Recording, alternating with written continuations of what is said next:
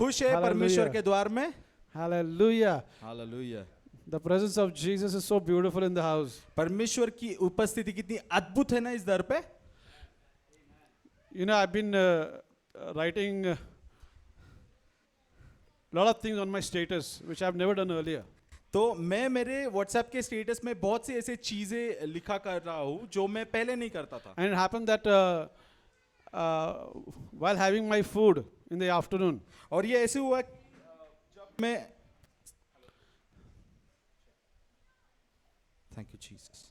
और ये ऐसे हुआ कि जब मैं खाना खा रहा था दोपहर में, I'm not sure whether it was the 13th or the 14th of June. मुझे ये ठीक से याद नहीं है कि वो 13 तारीख थी या 14 तारीख थी जून महीने की। It was as if the Lord was giving some words. और परमेश्वर ने मुझे कुछ वचन देने शुरू किया। So if you read my status, you'll be edified. तो अगर आपने मेरे स्टेटस को अगर पढ़ा होगा व्हाट्सएप पे तो आपकी जरूर उन्नति हुई होगी। Okay. Now the words they just came like this. Forget about an airplane. तो एक वचन ऐसे ही आया, आप वो जो एरोप्लेन है उसके बारे में भूल जाइए। You are not even safe in your very home. आप सेफ नहीं हो आपके खुद के घर में भी।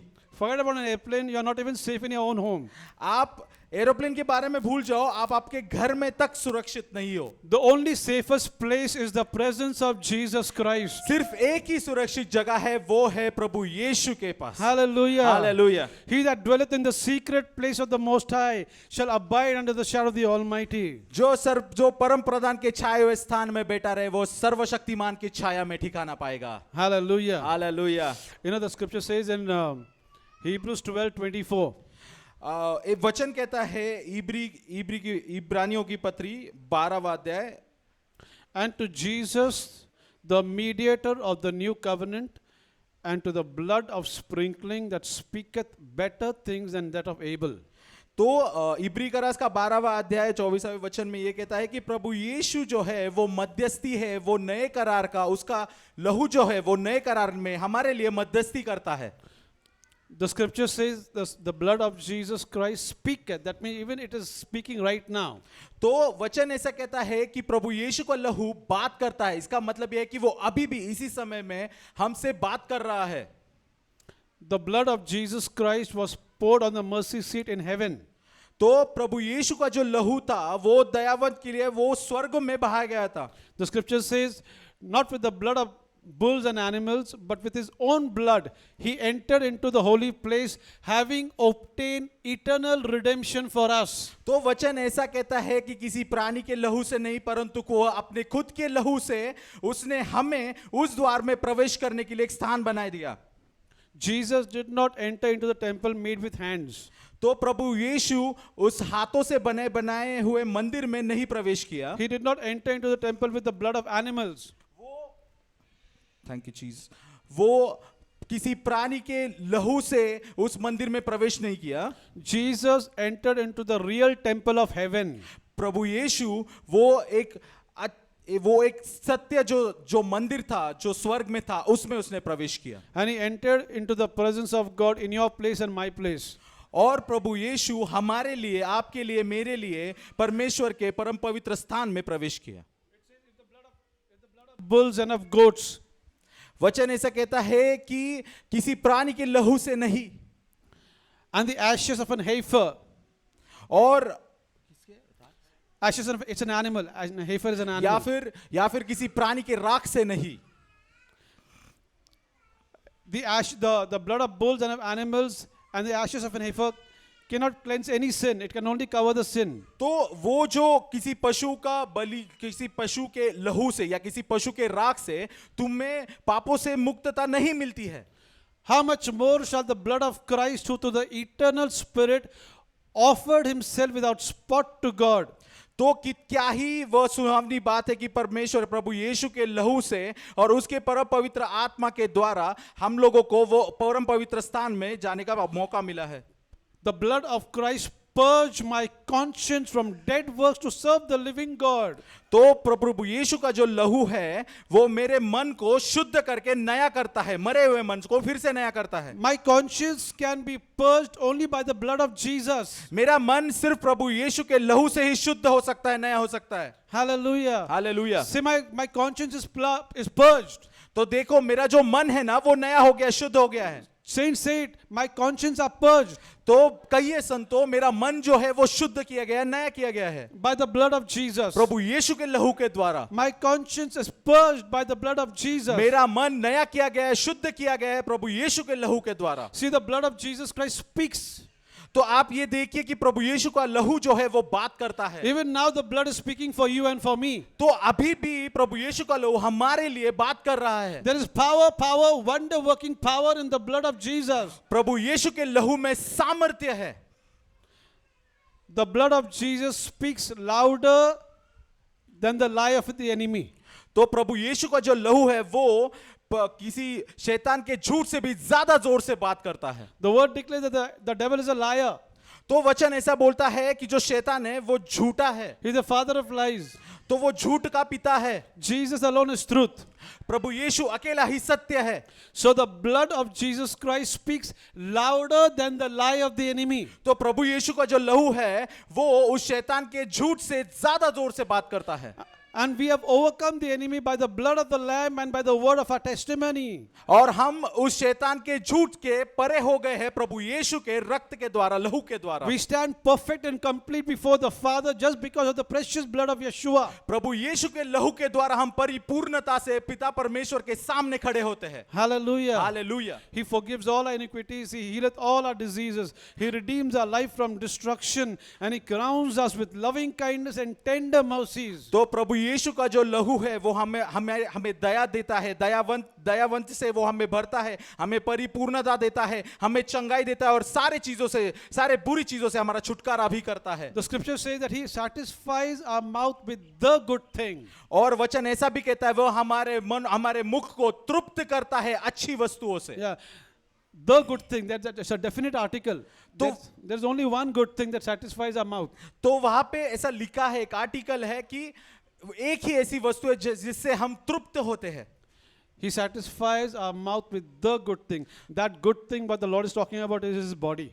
तो वो कहता है, वचन ये कहता है कि वो हमारे मुख को तृप्त करता है वो अच्छी वस्तुओं से, और वो अच्छी वस्तु बल्कि कोई नहीं, सिर्फ उसका देह है। And renews our strength like the eagles. और वो हमारे सामर्थ को फिर से नया करता है जैसे उकाब के पक्षी के नहीं। He satisfies our mouth with the good thing and He renews our strength like the eagles. वो हमारे मुख को संतुष्ट करता है अच्छी वस्तुओं से और हमारे युद्ध को फिर से नया करता है उकाब के पक्षी के नहीं। Saint says with me, my mouth is satisfied with the good thing. संतो मेरी ये बात फिर से दोहराओ कि मेरा मुंह अच्छी वस्तुओं से तृप्त हो गया है। And my strength is renewed like the eagles. और मेरी सामर्थ उकाब के पक्षी के नई की गई है। Say it again. My mouth is satisfied with the good thing. संतो ये कहिए मेरे पीछे कि मेरा मुख जो है संतुष्ट किया गया है अच्छी वस्तुओं से। And my strength is renewed like the eagles. और मेरी जो सामर्थ्य है वो उकाब के पक्षी के नई की गई है। The good thing is right now the one which you're holding it in your hand. तो वो जो अच्छी वस्तु है वो आप इसी समय पे अपने हाथ में थामे हो। And as you partake it of the good thing, your strength will be renewed like the eagles. और जैसे ही आप उस अच्छी वस्तुओं में भाग लेते हो आपकी सामर्थ उकाब के पक्षी के नई हो गई है। I said the good thing that you're holding it right now in your hand, the moment you partake of it, your strength will be renewed like the eagles. जो अच्छी वस्तु मैं कह रहा हूं, जो अच्छी वस्तु आपने अभी इसी वक्त आपके हाथों में पकड़ी है उसको जिसमें जब आप भाग लेते हो तो आपकी सामर्थ उकाब की पक्षी के नई हो जाती है। The bread that you're holding it in your hand right now symbolizes the body of Jesus Christ. जो रोटी आपने आपके हाथ में थामी हुई है वो रोटी प्रभु यीशु की देह है।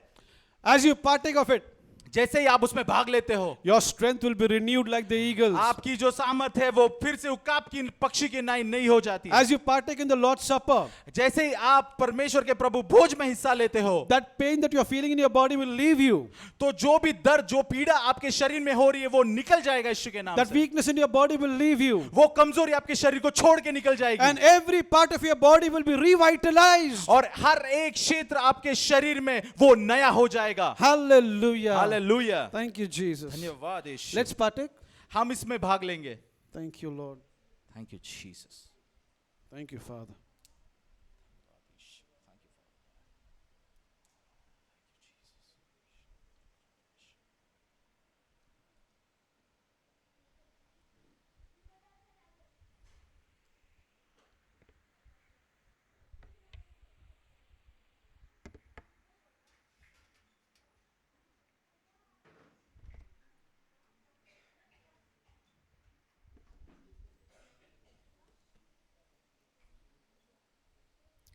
Thank you, Jesus. Hallelujah. Yes. So important announcements. So सबसे पहला important और ज़रूरी सूचना जो ये है कि नेक्स्ट संडे को अगले रविवार हमारा fasting prayer and faith conference है ना, जो सुबह 10 बजे से लेके शाम को 6 बजे तक है. तो after the seminar, after the conference आपके लिए प्रीति भोज की व्यवस्था की गई है. सो वो आप लंच मान सकते हैं, डिनर मान सकते हैं, वो आपके ऊपर है ना. सो फास्टिंग प्रेयर है, बट अगर कोई फास्ट नहीं कर सकता है ना, कोई भी कारणवश, तो इट्स ओके, कोई प्रॉब्लम नहीं है. आप तब भी इसका फल ले सकते हैं और इसमें भाग ले सकते हैं. तो उसके लिए आपको बस थोड़ा और एक्स्ट्रा मेहनत करना पड़ेगा. आपको अपना छोटा सा डब्बा घर से पैक करके लाना पड़ेगा, है ना. तो फिर आप इस तरीके से भी, मतलब मैं ये नहीं चाहती कि आप सोच के बैठें कि मैं फास्टिंग नहीं कर सकती इसलिए मेरे लिए नहीं है ना. सो बेसिकली फास्टिंग का ऑब्जेक्टिव यही रहता है कि हम प्रभु को और सीख करें, राइट. प्रभु को खुश नहीं कर रहे हम फास्टिंग से. लॉर्ड ने सब कुछ कर दिया है, उनका दिल नहीं बदलता फास्टिंग से.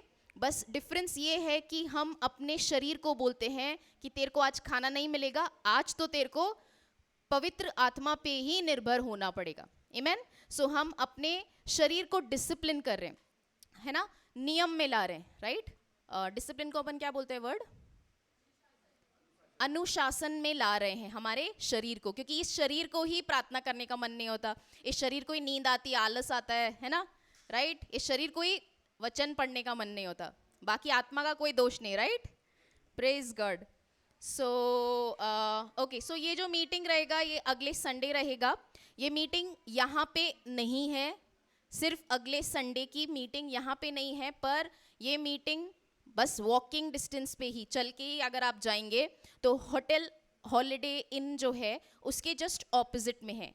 कौन सा नाम है, ये लोकेशन का नाम है सावित्री बाई फूले ऑडिटोरियम, जो कि होटल हॉलिडे इन के ऑपोजिट ही है ना. यहाँ से 2 मिनट या 3 मिनट का पैदल चलने का रास्ता है ना. सो अगर किसी को फिर भी नहीं समझ में आया एड्रेस, हम ट्राई करेंगे कि हमारे 1-2 वॉलंटियर्स यहीं पे रहे, है ना. वील हैव टू मैनेज, तो वो वॉलंटियर्स आपको वहाँ पे सुरक्षित लेके चलेंगे. आमीन. यस. और जिनको व्हाट्सएप यूज़ करना आता है तो व्हाट्सएप पे जो अगर आप ग्रुप्स में एडेड हैं, जो हमारा व्हाट्सएप का QHM का ग्रुप है, उस ग्रुप में भी हमने पोस्टर डाल दिया है, टाइमिंग सब कुछ है ना.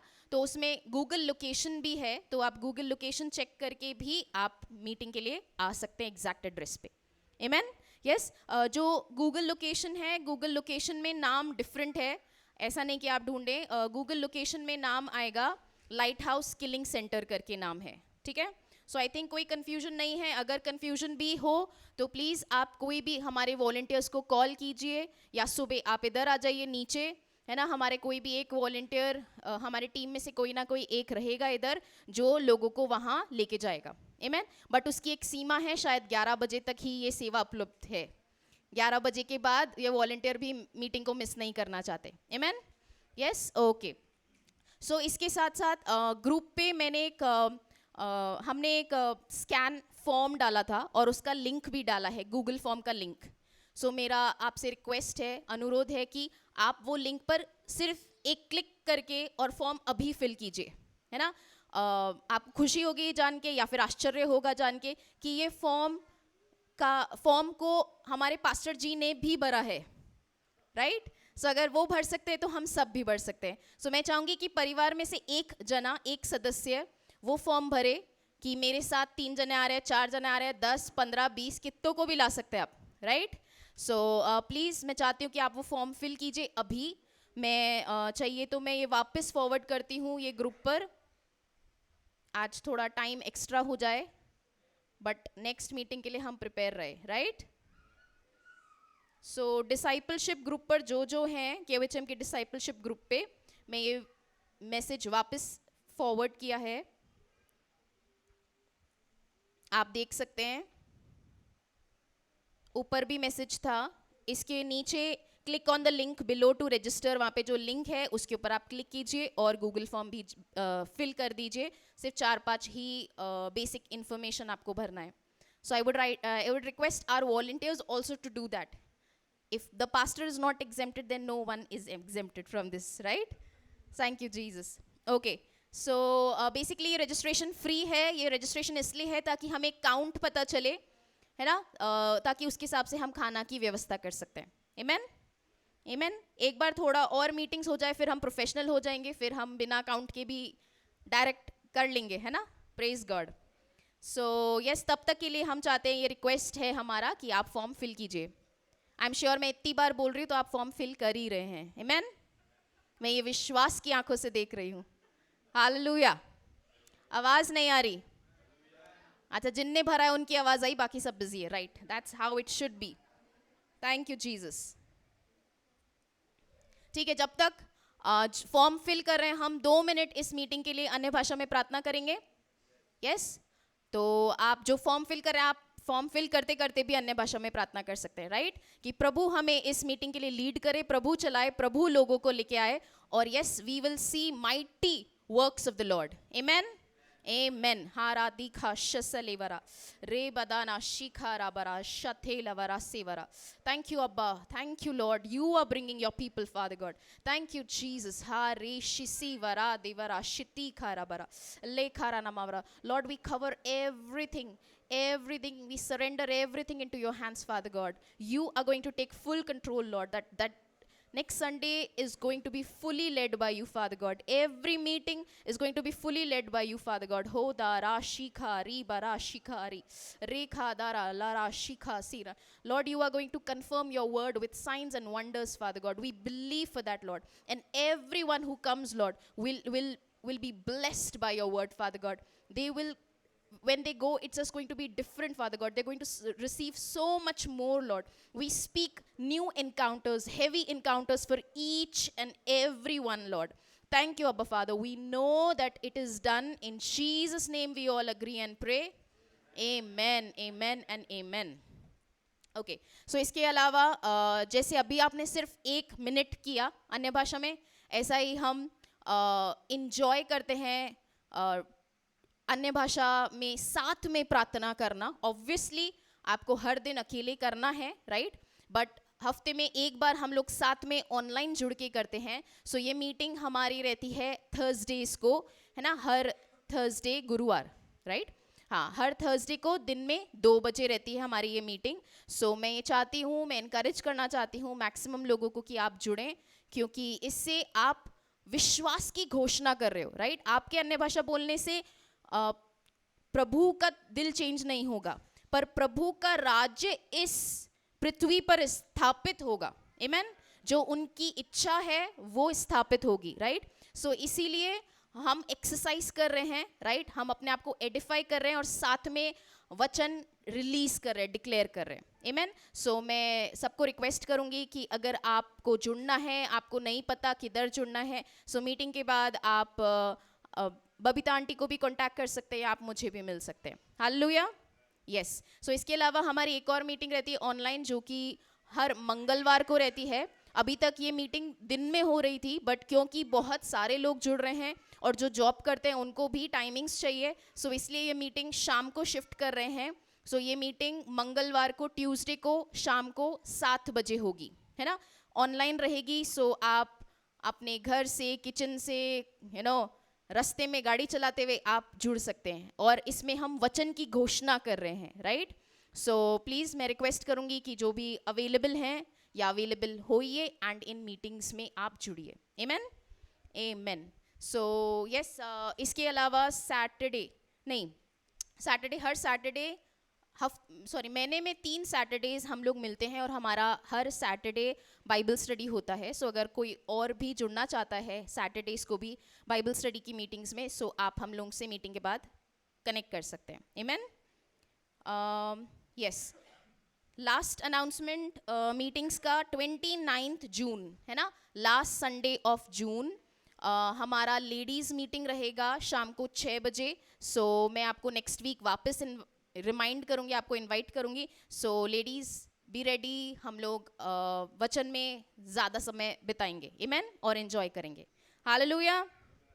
ओके. सो यस, इसके अलावा जो हमारा हर संडे का मीटिंग रहता है ये रिकॉर्ड होता है और इसकी वीडियोस अपलोड होती है यूट्यूब चैनल पे. सो ये वीडियोस आप वापस देख सकते हैं, वचन वापस सुन सकते हैं, नोट्स बना सकते हैं और ये वीडियोस आप दूसरों के साथ शेयर कर सकते हैं ताकि मैक्सिमम लोगों को यीशु के बारे में पता चले. आमेन.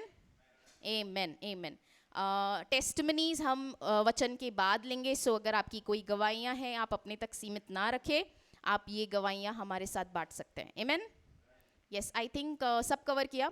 सो मैं जल्दी से आज, क्योंकि कुछ स्पेशल डे है, वैसे तो हर दिन प्रभु में स्पेशल ही होता है ना. सो आज कुछ स्पेशल डे है. सो मैं जल्दी से हमारे मनोज ब्रदर को इनवाइट करना चाहती हूँ वो स्पेशल डे के लिए, सबके लिए. हाँ, वो एकदम शॉक्ड और है ना, कि ताकि ये स्पेशल डे को 1 मिनट मनाया जाए. हम प्रार्थना करेंगे, डिक्लेयर करेंगे. So yes, let's clap for our Manoj brother. Thank you, Jesus. So happy Father's Day to everyone. जितने भी पिता है, माता भी, हम प्रार्थना करेंगे. Father, we thank you for this day, Lord. हम धन्यवाद देते हैं पिता इस दिन के लिए. जितने यहाँ पर पिता है, सबसे प्यारा तू है पिता, और तू हमको दिखा रहा है कि एक पिता का दिल कैसा होता है. और जिस तरह से तू हमसे प्यार करता है उसी तरह से तूने लोगों को हमारे जीवन में रखा है, जो हमारे देहिक पिता है, जो हमारे आत्मिक पिता है. प्रभु, हम धन्यवाद देते हैं कि तूने इस लीडरशिप को खड़ा किया है हमारे जीवन में. हर एक इंसान के जीवन में तूने लोगों को रखा है जो ऊंचे स्तर में, जो उनके पिता है. तो father, we ask a special grace कि हम सीखे अपने माता पिता को आदर करने के लिए, कि हम सीखे as children that we serve and treat and respect them and honor them with all our hearts. प्रभु, ये अनुग्रह हम पर दे कि हम उनके दिल को नहीं दुखाए. और प्रभु, हम तेरे आशीषों की घोषणा करते हैं हर एक पिता पर, that they will lack in no good thing, financially, spiritually, and in every aspect of their lives, Father. कि कोई भी हम में से जितने पिता है उनमें से कोई भी बीमार नहीं रहेगा. और तेरा एक अनुग्रह उन पर आए कि वो एक उच्च स्तर के अगुवे जैसा अपने परिवार को, अपने लोगों को वो चला पाए पिता. We thank you, Father, for your protection over all the fathers in this place, Lord. That you're instilling your heart in them. तेरे दिल को तू उनके ऊपर उंडेल रहा है कि जिस तरह से तू हमसे प्यार करता है अपने बच्चों से, उसी तरह से यहाँ पर जितने पिता है, वो चाहे आत्मिक हो चाहे देहिक पिता हो, हम सब अपने बच्चों से उस तरह से प्यार कर पाए, उस अनकंडीशनल प्रेम से हम प्रेम कर पाए पिता. और मैं धन्यवाद देता हूँ कि तू परिवारों को यहाँ पर जोड़ रहा है, परिवारों को यहाँ पर खड़ा कर रहा है. और जो परिवार का स्तंभ है, जो पिता है, उसके दिल को तू स्पेशली छू रहा है. इसलिए हम धन्यवाद देते हैं प्रभु कि हर एक व्यक्ति, हर एक परिवार यहाँ पर एकदम मजबूती से तेरे पीछे चले. एकदम मजबूती से हर एक परिवार का जो सदस्य है, जो सिर है, उसका दिल एकदम मजबूती से तेरे दिल के पीछे रहे पिता. और जो भी परिवार यहाँ पर टूट रहे हैं, जो टूटे हैं, हम यीशु के नाम से उस पर अधिकार लेते कि वो परिवार फिर से जुड़ जाए और पूरा पिता के साथ पूरा परिवार तेरे सामने तेरी आराधना करे, ताकि तू इस कलीसिया में, ये कलीसिया बहुत सारे परिवारों का एक ग्रुप बन रहा है. इसलिए धन्यवाद पिता. और हमको तूने एक बड़ा सा परिवार बनाया, इसलिए धन्यवाद प्रभु. हम तेरे सारी आशीषों को इन सब पिताओं पर घोषित करते हैं, यीशु के नाम से हम मांगते हैं. आमीन. Amen, amen. Thank you, Jesus. Yes. So, happy Father's Day to Abba Father first. Amen. Yes. And happy Father's Day to so many fathers here. है ना, आप लोग बहुत प्रिय हो, है ना. कलिसिया की आंख में, यीशु की आंखों से. So thank you for all that you do for your children and others also, है ना. सो किंगडम ऑफ हेवन की मिनिस्ट्रीज की तरफ से मैं चाहती हूँ कि सारे लेडीज प्लीज जोरदार ताली बजाएं हमारे फादर्स के लिए.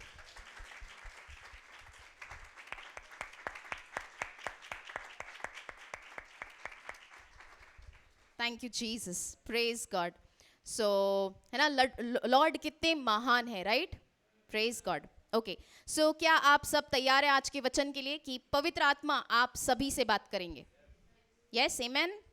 Okay, so again because it's fathers day, let's invite 2 fathers, है ना. एक फादर जो, है ना, again thank you Holy Spirit. So ये फादर जो वर्ड देंगे, है ना, और हम श्योरली बहुत एंजॉय करने वाले हैं क्योंकि वो डायरेक्ट फादर के हार्ट से आएगा, लॉर्ड के हार्ट से आएगा. आमेन. यस, अनदर फादर जो फुल लॉर्ड के हार्ट से ट्रांसलेट करेंगे. Amen. So let's welcome our dear brother Delon and for translation our brother Satich. So let's welcome 2 fathers here. Both have daughters, huh? Praise God.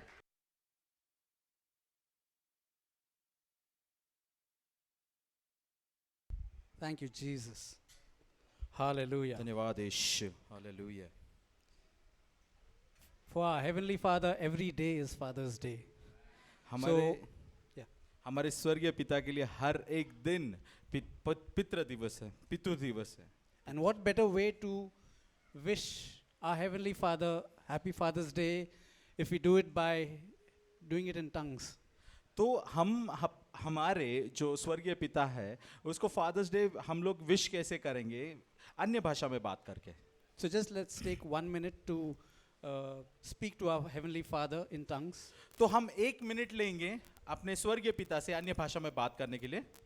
Shakara bala heke re she she re ke re khora bala kashara la shakara la sheke ke re re re re re re hu shakara la la kara mere ke ke re she re she ke re sokho ro lo khoro khoro khoro shikha kara la ba shaka hala la la kho ra ra ra ba shike ne ke le ba sike te ke hara ra shaka ta hala kara shala. Thank you Jesus, thank you Jesus, thank you Father, thank you Heavenly Father. Praise you Lord, praise you Lord. धन्यवाद करते हैं पिता, धन्यवाद स्वर्गीय पिता. हम तेरी स्तुति करते हैं प्रभु. Wasn't today's praise and worship awesome? तो आज की जो जो स्तुति आराधना थी वो अच्छी हुई ना? It was, I really enjoyed it. तो मैंने उसे एंजॉय किया, मैंने बहुत आनंद उठाया. It's just that I felt like it got over in 5 minutes. तो मुझे ऐसे लगा कि 5 मिनट में वो खत्म हो गया. I said, how can it be so soon? तो मैं ये सोच रहा था कि इतने जल्दी क्यों खत्म हुआ. So anyway, let's start today's word with a song. तो चलो हम आज का जो वचन है एक गाने से शुरू करते हैं. It's a short song, so I'll call upon Grace तो to ये- sing a song. तो ये छोटा गाना है और मैं मेरी बेटी ग्रेस को यहाँ पे बुलाना चाहता हूँ. She will sing us a song, and I want you all to pay attention to the words. तो वो गाना गाएगी और मैं चाहता हूँ कि आप सब वो जो गाना गाएगी उस पर ध्यान दिए. It seems like there's so much to hope for, so many dreams I wish they all could come true. When I think about your ways, Lord, it gives me so much faith in all that you do. Faith to see beyond what I can see. Faith to know that you will do great things. I will trust you, Lord, I'll always believe. As I hold on to my faith, Jesus, you are holding on to me. Yeah. It seems like there's so much to hope for, so many dreams I wish they all could come true. When I think about your ways, Lord, it gives me so much faith in all that you do. Faith to see beyond what I can see. Faith to know that you will do great things. I will trust you, Lord, I'll always believe. As I hold Jesus, you are holding on, faith to see beyond what I can see, faith to know that you will do great things. I will trust you, Lord, I'll always believe. As I hold on to my faith, Jesus, you are holding on to me. As I hold on to my faith, Jesus, you are holding on to me. Thank you, sir. Now, faith is the substance of things hoped for, the evidence of things not seen. Hebrews chapter 11 verse 1. Thank you.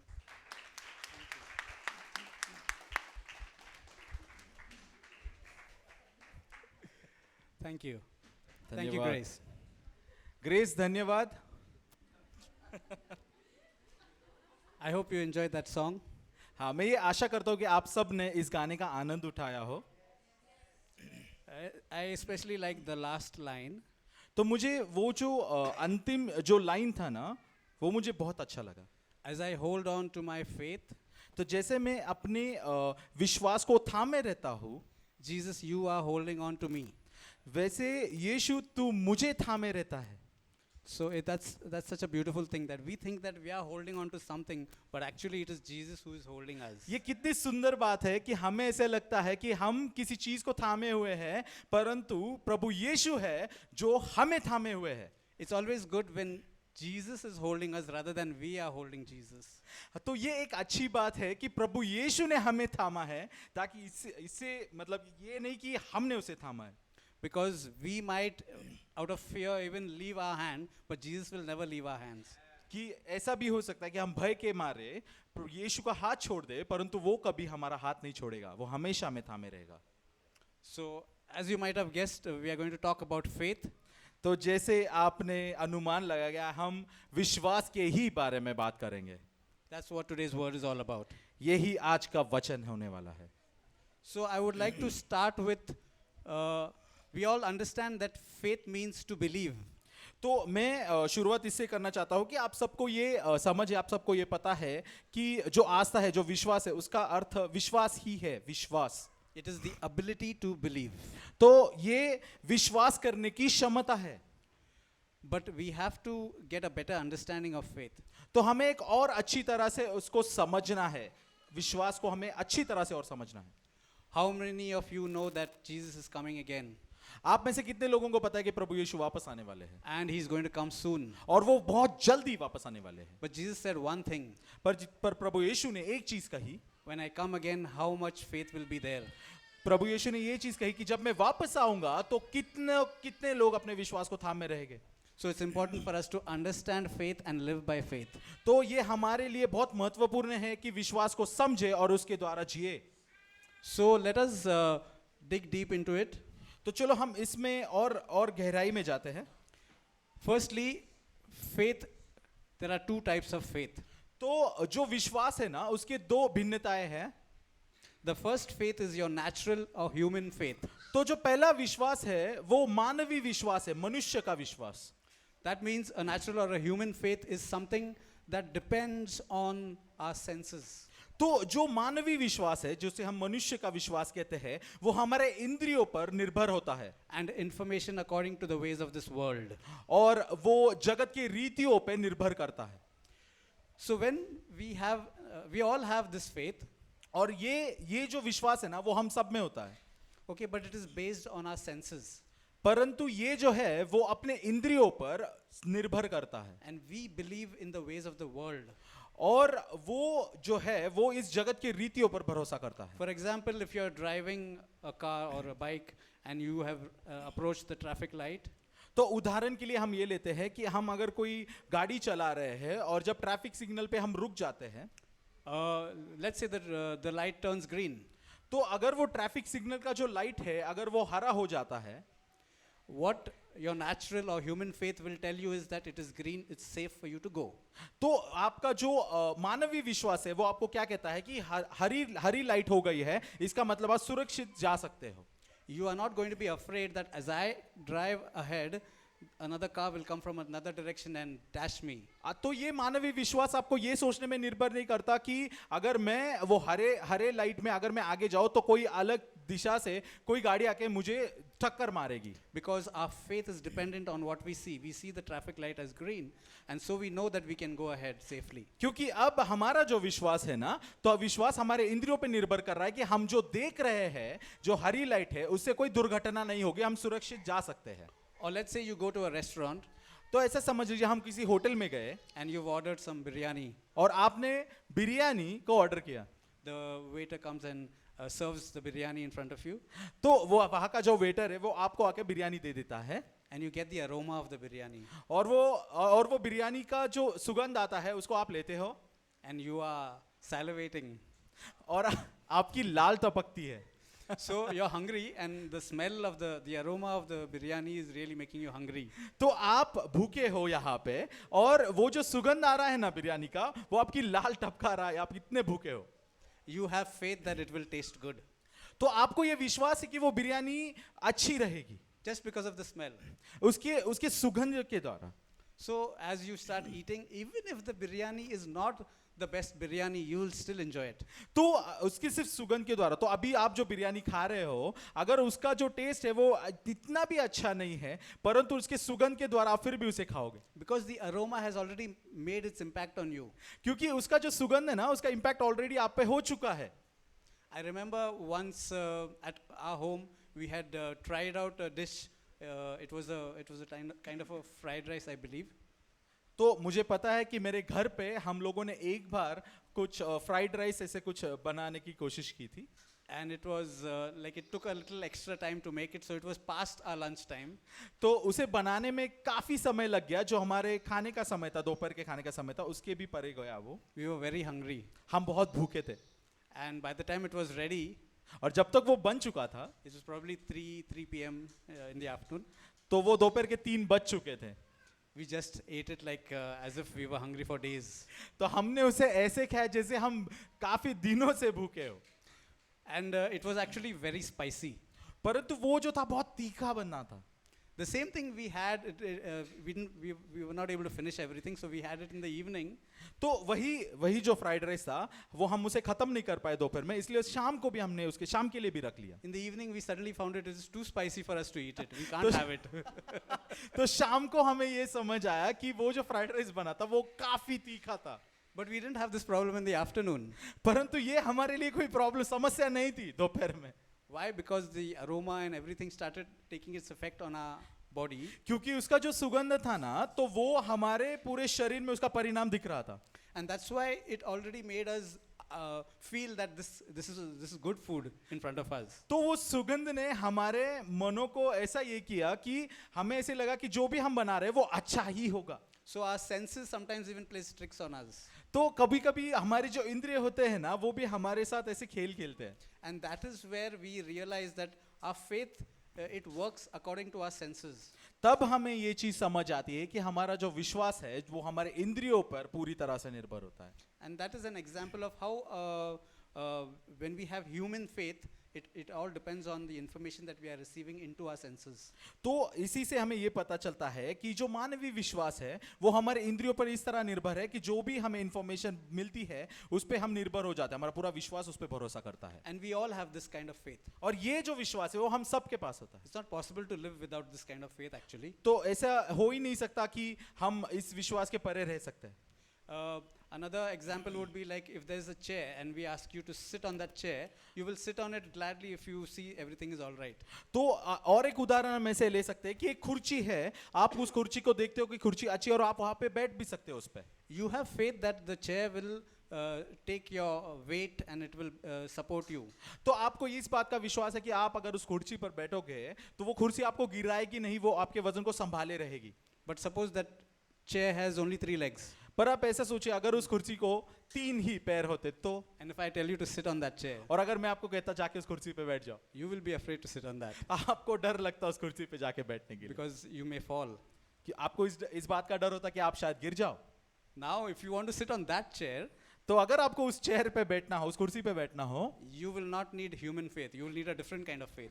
तो आपको मानवीय विश्वास की जरूरत नहीं पड़ेगी, आपको दूसरे प्रकार के विश्वास की जरूरत पड़ेगी। So there is another type of faith तो ऐसे ही एक दूसरा प्रकार का जो विश्वास होता है, which is called supernatural faith. इसे कहते हैं परमेश्वर से आया हुआ विश्वास, एक दैवी विश्वास। So to give it as a definition, supernatural faith is believing in the truth according to God and according to His word. तो उसकी परिभाषा हम ऐसे दे सकते हैं कि परमेश्वर की जो चीजें हैं उस पर भरोसा करना, परमेश्वर की सच्चाई पर भरोसा करना। So that is why we need to know the word in order to believe in it. तो इसलिए हमें परमेश्वर के वचन को पढ़ना है ताकि हम उस पर भरोसा कर सके, And that is how our faith works. और ऐसे ही हमारा विश्वास भी काम करता है। I'm talking about the faith in which we have in God. मैं उस विश्वास के बारे में बात कर रहा हूं जो हमें परमेश्वर में है। Because if we don't have that faith, then our life is literally of no use. तो अगर हमारे पास उस तरह का विश्वास ना हो तो हमारे जीवन का कोई अर्थ नहीं है। It will be like we are just spending time on earth, that's it. तो इसका मतलब ऐसे होगा, हम इस पृथ्वी पर ऐसे ही अपना समय बिता रहे हैं। But when we start to live our life using the faith in that we have in God, पर जैसे ही हम उस विश्वास को जो परमेश्वर से आता है उस तरह से जीना शुरू करते हैं, we will start to see a lot of changes in our lives. तो हम हमारे जीवन में काफी ऐसे चेंजेस को देखना शुरू करते हैं। And that is what we are going to explore. तो हम इसी चीज को आज देखेंगे, Because faith is sometimes very much misunderstood by a lot of people. क्योंकि विश्वास एक ऐसी चीज है जिसको लोगों ने अच्छी तरह से नहीं समझा। Many people think that if I just accept Jesus as my savior, that's it. I don't have to do anything more. काफी लोगों को ऐसे लगता है कि मैंने प्रभु यीशु को अपना परमेश्वर पिता मान लिया है तो अभी मुझे और कुछ नहीं करना है। And there is also an understanding that if I have faith and if I trust the word of God, then there is no other thing that can cause problems in my life. तो और एक ऐसा विश्वास भी है कि अगर मेरे पास पूरा विश्वास हो कि मैंने परमेश्वर के वचन को धर लिया है, परमेश्वर के वचन पे भरोसा किया है, विश्वास किया है, तो कोई भी ऐसी चीज से मुझे कोई हानि नहीं होगी। But we need to carefully understand what the word says. But हमें पूरे महत्वपूर्णता से इसको समझना है कि वचन क्या कहता है भरोसे के बारे So में। what we will do is we will look at a few verses from the Bible about faith, about different types of faith. तो हम अब क्या करेंगे, हम पवित्र शास्त्र में देखेंगे कि विश्वास की परिभाषा क्या है, विश्वास के बारे में लिखे हुए वचन हम पढ़ेंगे और उसे समझेंगे। Now before we do that, I just want to say one thing, that we all know the importance of the word of God. तो ये करने से पहले मैं चाहता हूँ आप सब ये बात को समझे कि परमेश्वर की वचन की महत्वपूर्णता क्या है। But how do we read the word of God? That is what I want to get to. मुझे आपको यहाँ पे लाना है कि हम परमेश्वर के वचन को पढ़ते कैसे, उस पे अभ्यास कैसे करते हैं। You can read the Bible like a novel. आप बाइबल को, पवित्र शास्त्र को एक पुस्तक की तरह पढ़ सकते हो। Normally what we do when we read a novel, it's like we are reading a story. तो कैसे, जैसे हम एक पुस्तक को पढ़ते हैं तो वो कैसे पढ़ते हैं, जैसे एक कहानियां होती है वैसे हम पढ़ते हैं। And when we read a story, we want to understand the flow of that story. तो जैसे ही हम उस कहानी को पढ़ते हैं तो हम उस दर पे भी आते हैं जहाँ पे हम वो कहानी कैसे बहती है नीचे तक, कैसे उसको आगे बढ़ती है, वैसे हम उसको पढ़ने की कोशिश करते हैं। And in doing that, we may pay attention to the characters in that story. और ये करते हुए हम उसके अंदर के किरदारों पर ध्यान देते हैं। But we will not go too much detailed into many things. तो हम उसकी ज्यादा गहराई में नहीं जाते। So we want to understand the flow till the end. तो हमको वो जो कहानी का जो फ्लो है उसको अंत तक समझना है। And so we read it so that we don't miss out and we understand the whole story till the end. तो हम उसे ऐसे पढ़ते हैं कि हम उसमें से कुछ भी ऐसी चीज को गवाए नहीं और उसको पूरी तरह अंत होने तक उसको पूरी तरह से पढ़ के समझे। But that is not how the Bible is meant to be read. परंतु पवित्र शास्त्र को ऐसे नहीं पढ़ा जाता है। Because a story will not impact you in a major way. क्योंकि एक जो कहानी आप पढ़ रहे हो उसका कोई परिणाम नहीं होगा आपकी जिंदगी में। but when you read the Bible, it will impact you completely. परंतु अगर आप पवित्र शास्त्र पढ़ते हो तो उसका परिणाम आपको परिपूर्णता से पूरी तरह से आपके जीवन पर होगा। But you need to do it the right way. परंतु आपको उसको अच्छे तरह से सही तरीके से उसको पढ़ना है। So when you read the Bible, it's not like, oh, today I have to read 5 verses, so I'll read that and that's it. My duty for today is done. तो आप जब अपना पवित्र शास्त्र पढ़ते हो तो वो ऐसे नहीं पढ़ना है कि आज मैं 5 वचनों को पढ़ूंगा और बस वो हो गया, 5 वचन पढ़ लिया, आज के लिए मेरा काम खत्म। Whether you read 5 verses or whether you read 5 chapters or whether you read 1 verse, it doesn't make a difference. तो ये कोई अलग बात नहीं है कि अगर आप 5 वचन पढ़ते हो या 5 अध्याय पढ़ते हो या 5 पुस्तक पढ़ते हो पवित्र शास्त्र में से, इससे कोई फर्क नहीं पड़ेगा। What is important is the manner in which you are reading and what you are receiving into your spirit. तो महत्वपूर्ण क्या है कि आप क्या पढ़ रहे हो और कैसे पढ़ रहे हो और आप उसको अपने आत्मा में अपने में ग्रहण कैसे कर रहे हो। And that is what will transform your life. और यही एक चीज है जो आपके जीवन को नया करेगा। So, through today's teaching of the word, तो आज के वचन के अध्ययन से I want to give you an example of how to study the word. तो मैं आप सबको ये उदाहरण देना चाहता हूं कि हम वचन का अध्ययन कैसे करें। Think of it like you are a detective आप ऐसे समझिए कि आप कोई डिटेक्टिव हो and you are trying to examine something, like you have been given a case to solve and you're trying to examine that, all the facts you need to have in hand. तो आप detective हो, आपको कोई एक case दिया गया है और आप उस केस का पूरी तरह से अभ्यास कर रहे हो। When you do that, it actually becomes very interesting. तो जैसे ही आप वो केस पर वो उसका अभ्यास शुरू करते हो तो वो आपको बहुत एक इंटरेस्टिंग ऐसी चीजें होने चालू होती है। Your reading starts going to another level. तो आप जो पढ़ते हो ना वो एक अलग स्तर पे जाता है। So you're not reading the Bible because it's a duty, तो आप पवित्र शास्त्र इसलिए नहीं पढ़ते हो क्योंकि वो आपका काम है, or because if I don't read, then God will be angry with me. Not with that mindset. तो इस मनसा से भी नहीं कि अगर मैंने पवित्र शास्त्र नहीं पढ़ा तो परमेश्वर मुझसे क्रोधित होंगे। But you will have a sudden excitement inside you. I want to find out about this. So let's dig deep into this. परंतु आप में वो एक उत्साह आएगा कि अगर मैं उसे और गहराई से जानूंगा तो मुझे और क्या-क्या सीखने मिलेगा। And that is what we are going to try out today. तो ये यही चीज है जो आज हम ट्राई करने वाले हैं। Okay. So as I have spoken to you, there are 2 types of faith: human faith and supernatural faith. तो जैसे मैंने आपको बताया कि ऐसे 2 प्रकार के विश्वास होते हैं, एक मानवीय विश्वास और दूसरा दैवी विश्वास।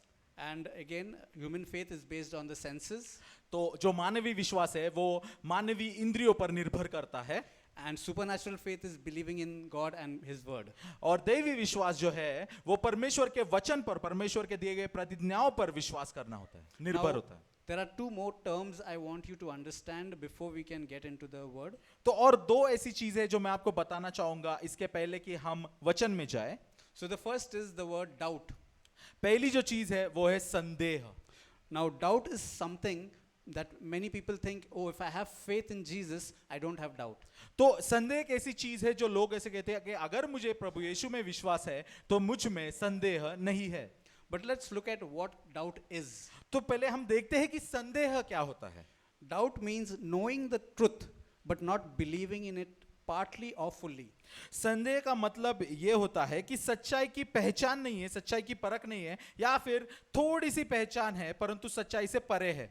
Yeah, it means you know the truth, means somebody has given you the truth, you have received it and you know it, but when it comes to the believing of that truth, partly or fully you don't believe it. तो जो संदेह है ना वो ऐसा है कि किसी ने आपको सच्चाई बताई है, आपने उस सच्चाई को ग्रहण किया है परंतु आप नामंजूरी दिखाते हो उस सच्चाई से और उस सच्चाई से परे हो जाते हो। So for example, if we are talking about healing, somebody will know that it is God's will to heal me.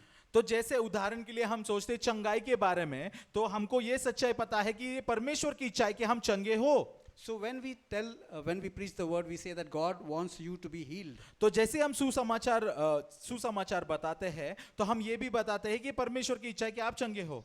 But that person, he may know the truth, he knows that it is God's will to heal, but he may think, oh, maybe in my case this may not happen. परंतु वो जो मनुष्य है जो ग्रहण करता है इस चीज को कि हाँ ये परमेश्वर की इच्छा है कि मैं चंगा हो जाऊं, परंतु वो इस चीज को इससे नामंजूरी दिखाता है कि शायद ये इच्छा मेरे लिए ना हो परमेश्वर की। Some people simply have a very funny kind of a concept that, okay, if it is a cold or a cough, God will heal me. But if it is cancer, then God will not heal me. तो काफी लोगों को ऐसे भी लगता है कि अगर वो छोटी चीज हो जैसे सर्दी खांसी, वो परमेश्वर मुझे उसमें से चंगाई दे सकता है, परंतु अगर कैंसर हुआ तो मुझे चंगाई नहीं दे सकता। This is a kind of like believing partly in the healing. So why will God only heal your cold and cough, and why not cancer?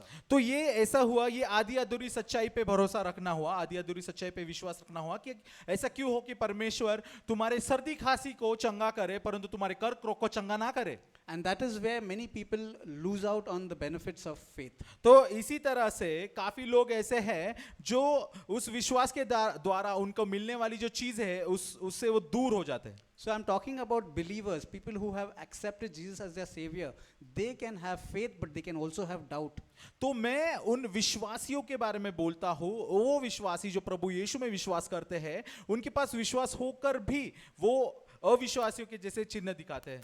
For example, the disciples of Jesus, तो जैसे प्रभु यीशु के शिष्य है, they were able to heal a lot of people. They went out 2 by 2 and they healed, and they saw a lot of miracles taking place. तो हम ये जानते हैं कि प्रभु यीशु के जो शिष्य थे वो दो से होकर ऐसे नगर में जाके लोगों को चंगे करते थे। So we know that they had faith, तो हम right? सबको ये पता है कि उनके पास विश्वास तो था।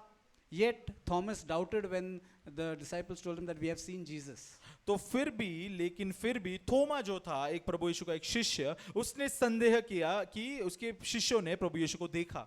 He could have just accepted the words of the disciples saying that we have seen Jesus. Yes, I believe you. He could have said that, but he said, no, until I see the wounds in the hands of Jesus, I will not believe. वो ग्रहण कर सकता था ये सत्य जो बाकी शिष्यों ने कहा कि हमने प्रभु यीशु को देखा, परंतु नहीं, उसने क्या धरा? उसने ये धरा कि जब तक मैं खुद अपनी आंखों से प्रभु यीशु को नहीं देखता हूं, मैं विश्वास नहीं करूंगा। That is why till today he's been given the name Thomas the Doubter. इसीलिए अभी तक थोमा को संदेह करने वाला कहा जाता है। Now there's another term, there's a word called unbelief. और एक और ऐसी चीज है जिसके बारे में मैं कहना चाहता हूं, वो है अविश्वास। Now unbelief is different from doubt. तो अविश्वास जो है वो संदेह से अलग है। Unbelief means not knowing the truth, अविश्वास का अर्थ है सच्चाई की पहचान ही नहीं है, or mixing something wrong with the truth. या फिर किसी गलत चीज को सच्चाई के साथ एक मिलाना, And then start believing that as the truth. और फिर उस मिलावटी सच्चाई को सच मानना, उस पे भरोसा करना। So for example, those who do not know about Jesus, have not heard about Jesus, they have unbelief. तो उदाहरण के लिए ऐसे लोग जिनको प्रभु यीशु के बारे में नहीं पता, उनको अविश्वास है। But also those who know Jesus can have unbelief. परंतु ऐसे भी लोग हैं जो प्रभु यीशु को मानते हैं, उनको भी अविश्वास हो सकता है, Because they have mixed something wrong with their belief. क्योंकि उन्होंने अपने भरोसे में, अपने विश्वास में कुछ गलत चीजों की मिलावट की है। For example, there are people who believe that the gifts of the Spirit, the fruits of the Spirit, they are not applicable today, or speaking in tongues is not applicable today. तो उदाहरण के लिए हम ये देखते हैं कि वो जो पवित्र आत्मा के जो दान है, पवित्र आत्मा के जो वरदान है, वो आज के इस जगत में उसका कोई उपयोग नहीं है, वो यहाँ पे आजकल इस जगत में दिखाई नहीं देते। Now they know that there are gifts of the Spirit, but they are saying it's not for today's time. अब ये देखिए, उनको पता है पवित्र आत्मा के दानों और वरदानों के बारे में, परंतु वो ये कहते हैं कि वो इस जगत के लिए नहीं है। So even Christians, believers, can have unbelief. तो विश्वासियों में भी अविश्वास दिखाई देता है। So a person can have faith, तो एक मनुष्य के पास विश्वास भी हो सकता है, that person can also have doubt, उसके पास संदेह भी हो सकता है, and also unbelief. अविश्वास भी हो सकता है। They can coexist in the same person. तो एक ही मनुष्य में तीनों चीजें एक साथ रह सकती है। Another example of unbelief is again the disciples. और एक उदाहरण आपको देना चाहता हूँ शिष्यों के बारे में ही। The disciples went 2 by 2 and they cast out demons. They did lots of things and तो- they came back. तो वो जो शिष्य थे, तो दो करके वो नगरों में गए, लोगों को चंगा किया, उन्होंने दुष्ट आत्माग्रस्त लोगों को भी चंगा किया और वापस आए। But when Jesus was transfigured on the mountain, परंतु जब प्रभु यीशु को उन्होंने पूरे महिमा में देखा था, and when he came down, और जब प्रभु यीशु उस चट्टान से नीचे आए, a person had got his child to be delivered from a demon. तो एक व्यक्ति आया था वहां पे, वो अपने बेटे को लेके आया था प्रभु यीशु के पास, ये कहते हुए कि उसको दुष्ट आत्माग्रस्त, उसको उसके अंदर से दुष्ट आत्मा को निकाले। But the disciples were not able to cast out the demon. परंतु जो शिष्य थे वो उस दुष्ट आत्मा को निकाल नहीं पाए।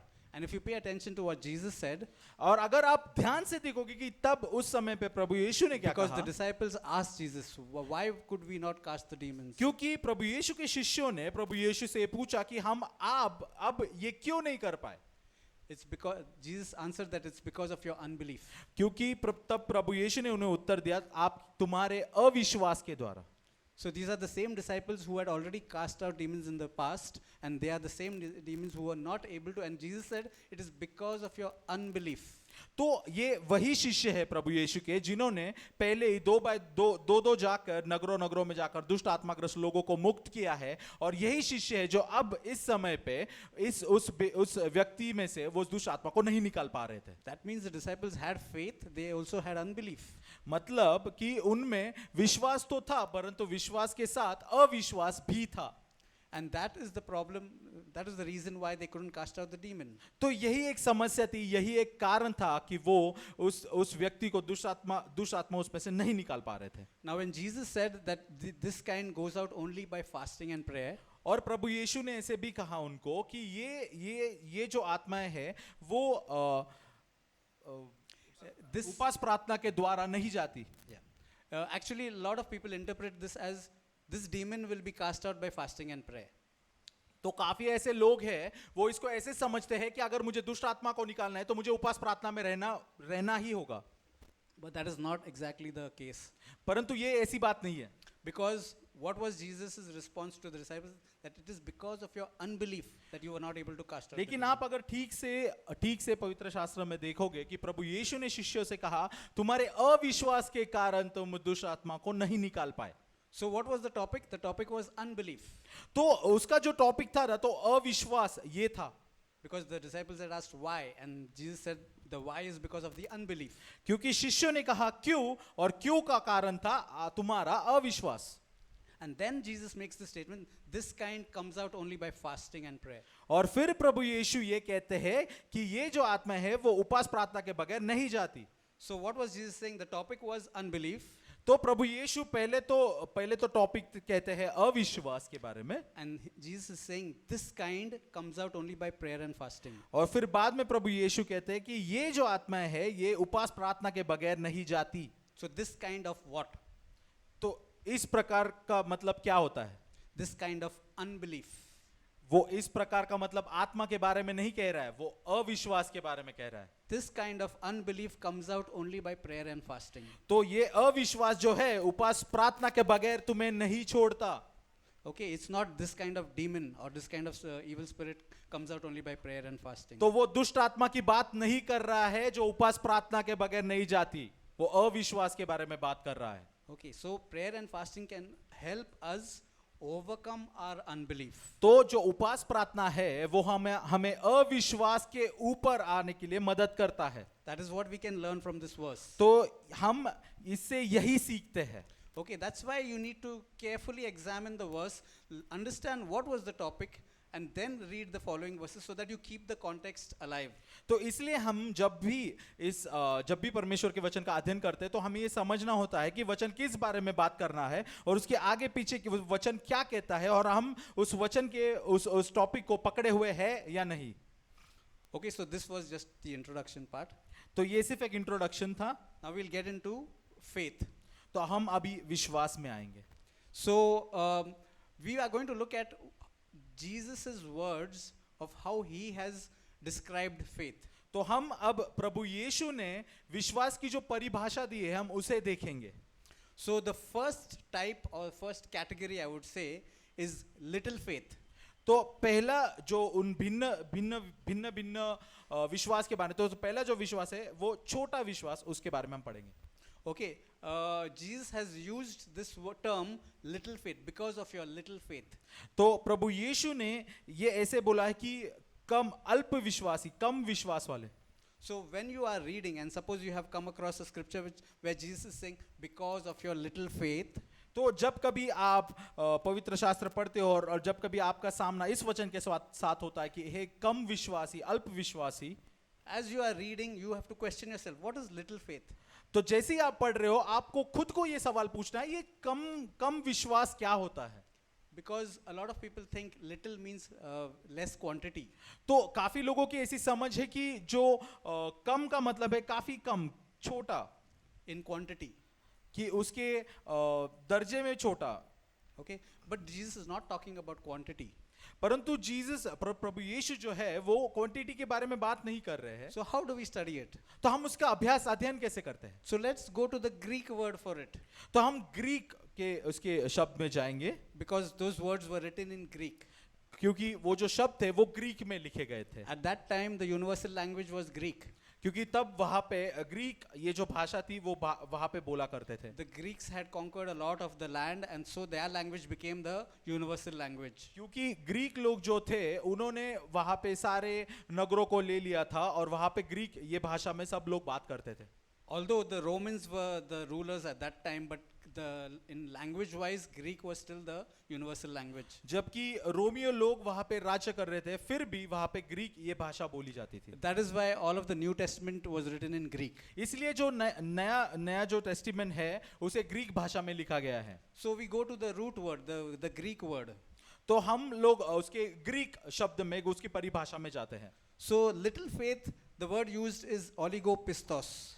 तो जो कम विश्वास है उसका जो ग्रीक में जो शब्द है वो ओलिगोपिस्टोस ऐसा नाम है, ओलिगोपिस्टोस। Okay, so the meaning of that, when you start studying the meaning of oligopistos, तो जब मैं उसका अर्थ समझता हूँ ओलिगोपिस्टोस का, it is talking about low, but not in quantity, but in quality. तो वो कम की बात करता है दर्जे में जिसकी कमी हो, कम दर्जे वाला। So low in quality means it's not the amount of faith, it's not how much of faith, it is the quality of faith. तो हम दर्जे के बारे में देखते हैं, वो दर्जे के बारे में बोलता है, वो इसके बारे में नहीं बोलता ये कितना कम या ज्यादा, वो नंबर्स के बारे में नहीं बोलता, वो दर्जा दर्शाता है। The English equivalent word is incredulous. तो अंग्रेजी में उसको इनक्रेडुलस ऐसे कहते हैं। Okay, that word also means the power is less or the quality is less. तो इसका जो अंग्रेजी में इनक्रेडुलस ये जो शब्द है उसका अर्थ भी यही है जिसका दर्जा कम हो। Simply, in simple words, if you want to understand it, it just means unwilling or unable to believe something. तो अगर आपको उसे एक साधारण भाषा में, आसान भाषा में समझना है तो उसमें लिखा है अनुचित, ओके, अनुचित और विश्वास को न समझना। That means you want to believe, but you are unable to believe it. इसका मतलब यह है कि आपको विश्वास तो करना है परंतु आप अनुचित हो उसके लिए विश्वास करने में, Because your senses are interfering. क्योंकि आपकी जो इंद्रिय है ना वो बीच इसमें बारंबार आ रहे हैं। It's not able to comprehend or understand. तो आपके इंद्रिय आपको ये समझ नहीं दे पा रहे हैं कि किस पे विश्वास करना है। So like the example I gave you, if we take off one leg of the chair and we ask you to sit, the senses will start making you feel trembling, like you'll tremble, you'll not want to sit in that chair. तो जैसे मैंने आपको उदाहरण दिया कि अगर मैंने कुर्सी का एक पैर निकाल दिया तो आपके जो इंद्रिय थे आपको ये बताना शुरू कर देंगे कि आप उस कुर्सी पे नहीं बैठ पाओगे और आप डर जाओगे। So you cannot have your natural human faith will say no way I'm going to sit on that chair. तो आपका जो मानवीय विश्वास है वो आपको बोलेगा कि नहीं, मैं उस कुर्सी पे नहीं बैठ सकता हूँ। So only a person that has supernatural faith can sit on that chair and will be comfortable. तो सिर्फ एक ऐसा व्यक्ति जिसके पास देवी विश्वास है उस कुर्सी पर, तीन पैरों वाले कुर्सी पर आराम से बैठ सकता है बिना गिरे। So let's go to scripture quickly. Matthew chapter 16 verse 8. तो हम वचन में जाएंगे, मत्ती का अध्याय 16वां अध्याय, मत्ती का पुस्तक 16वां अध्याय 8वें वचन में We are going to look at an example of little faith. हम कम विश्वास के उदाहरण के बारे में देखेंगे।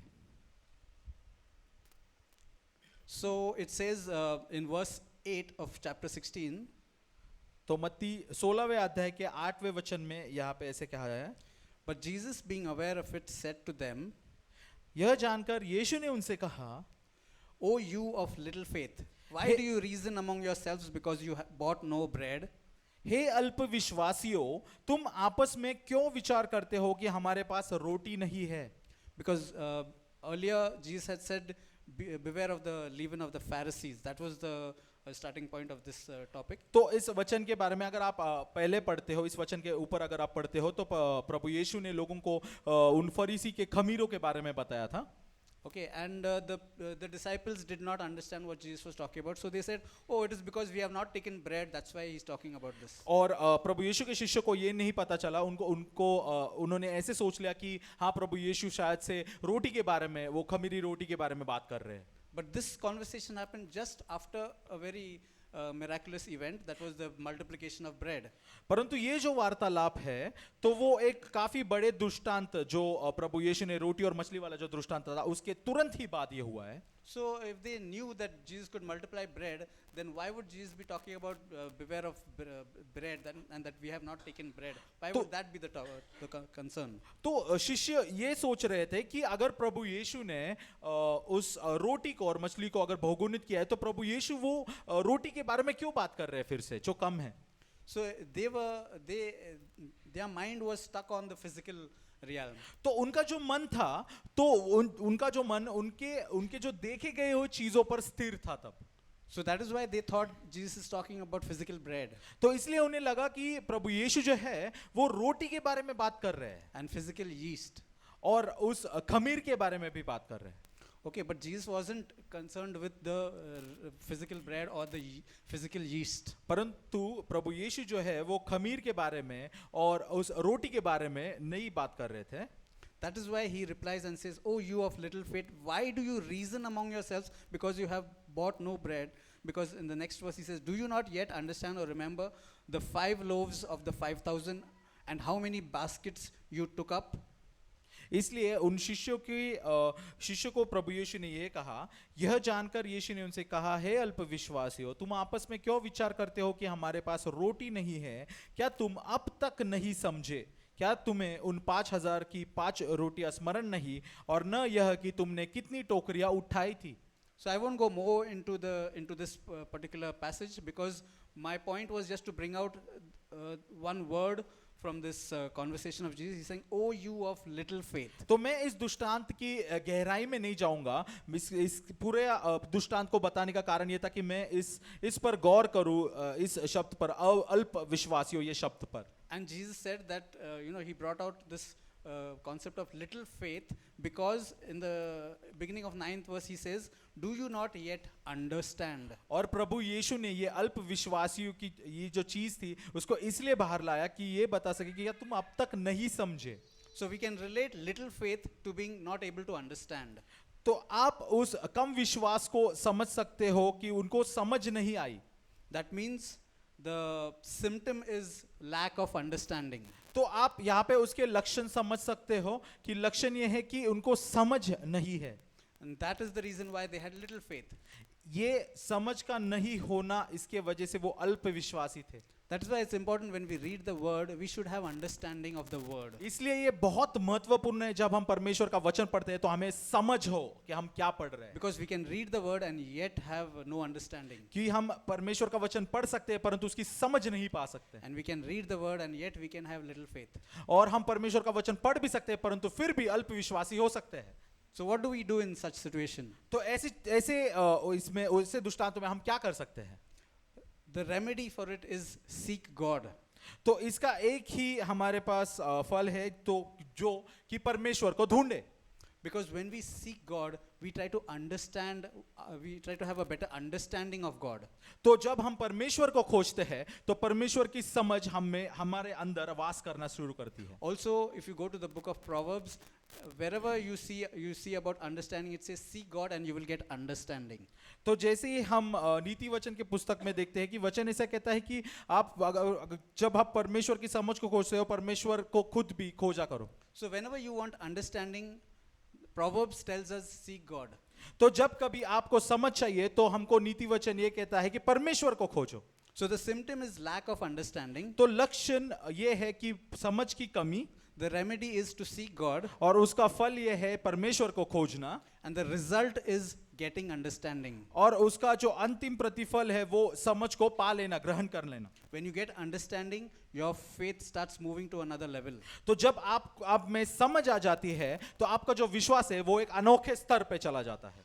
Now quickly we'll go to Matthew chapter 6 तो हम मत्ती के 6वें अध्याय में जाएंगे। and we'll go to verse 30. मत्ती 6:30 वचन।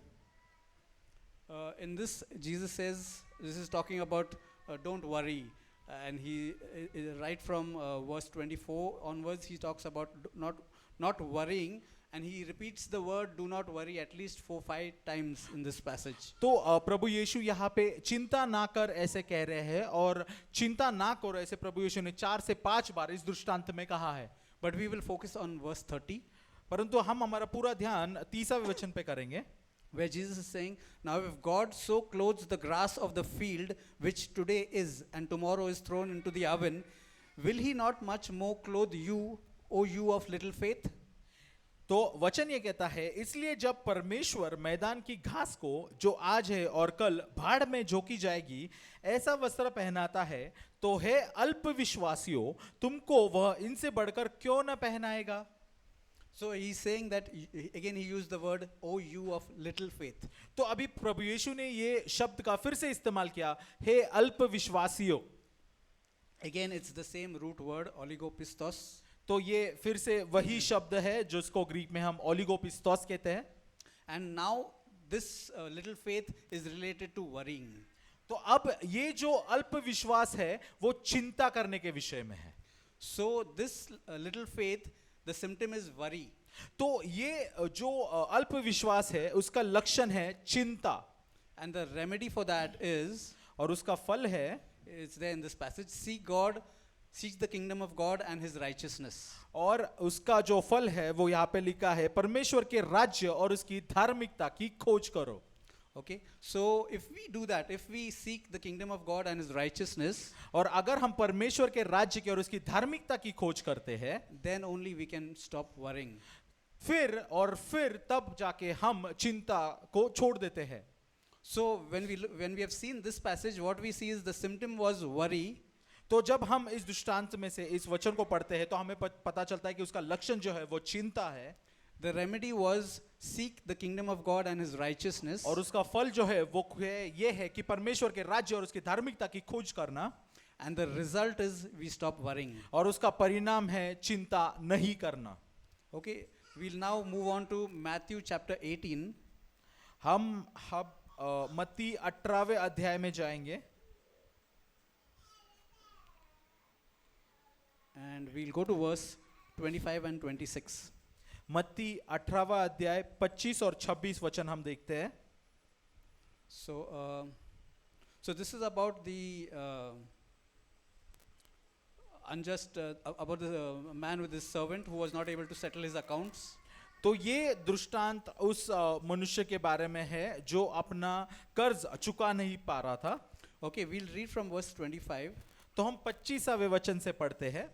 But as he was not able to pay, his master commanded that he be sold with his wife and children and all that he had, and that payment be made. जबकि चुकाने को उसके पास कुछ न था, तो उसके स्वामी ने कहा, यह और इसकी पत्नी और बाल बच्चे और जो कुछ इसका है सब बेचा जाए और कर्ज चुका दिया जाए। I think I got the wrong verse. 1 minute.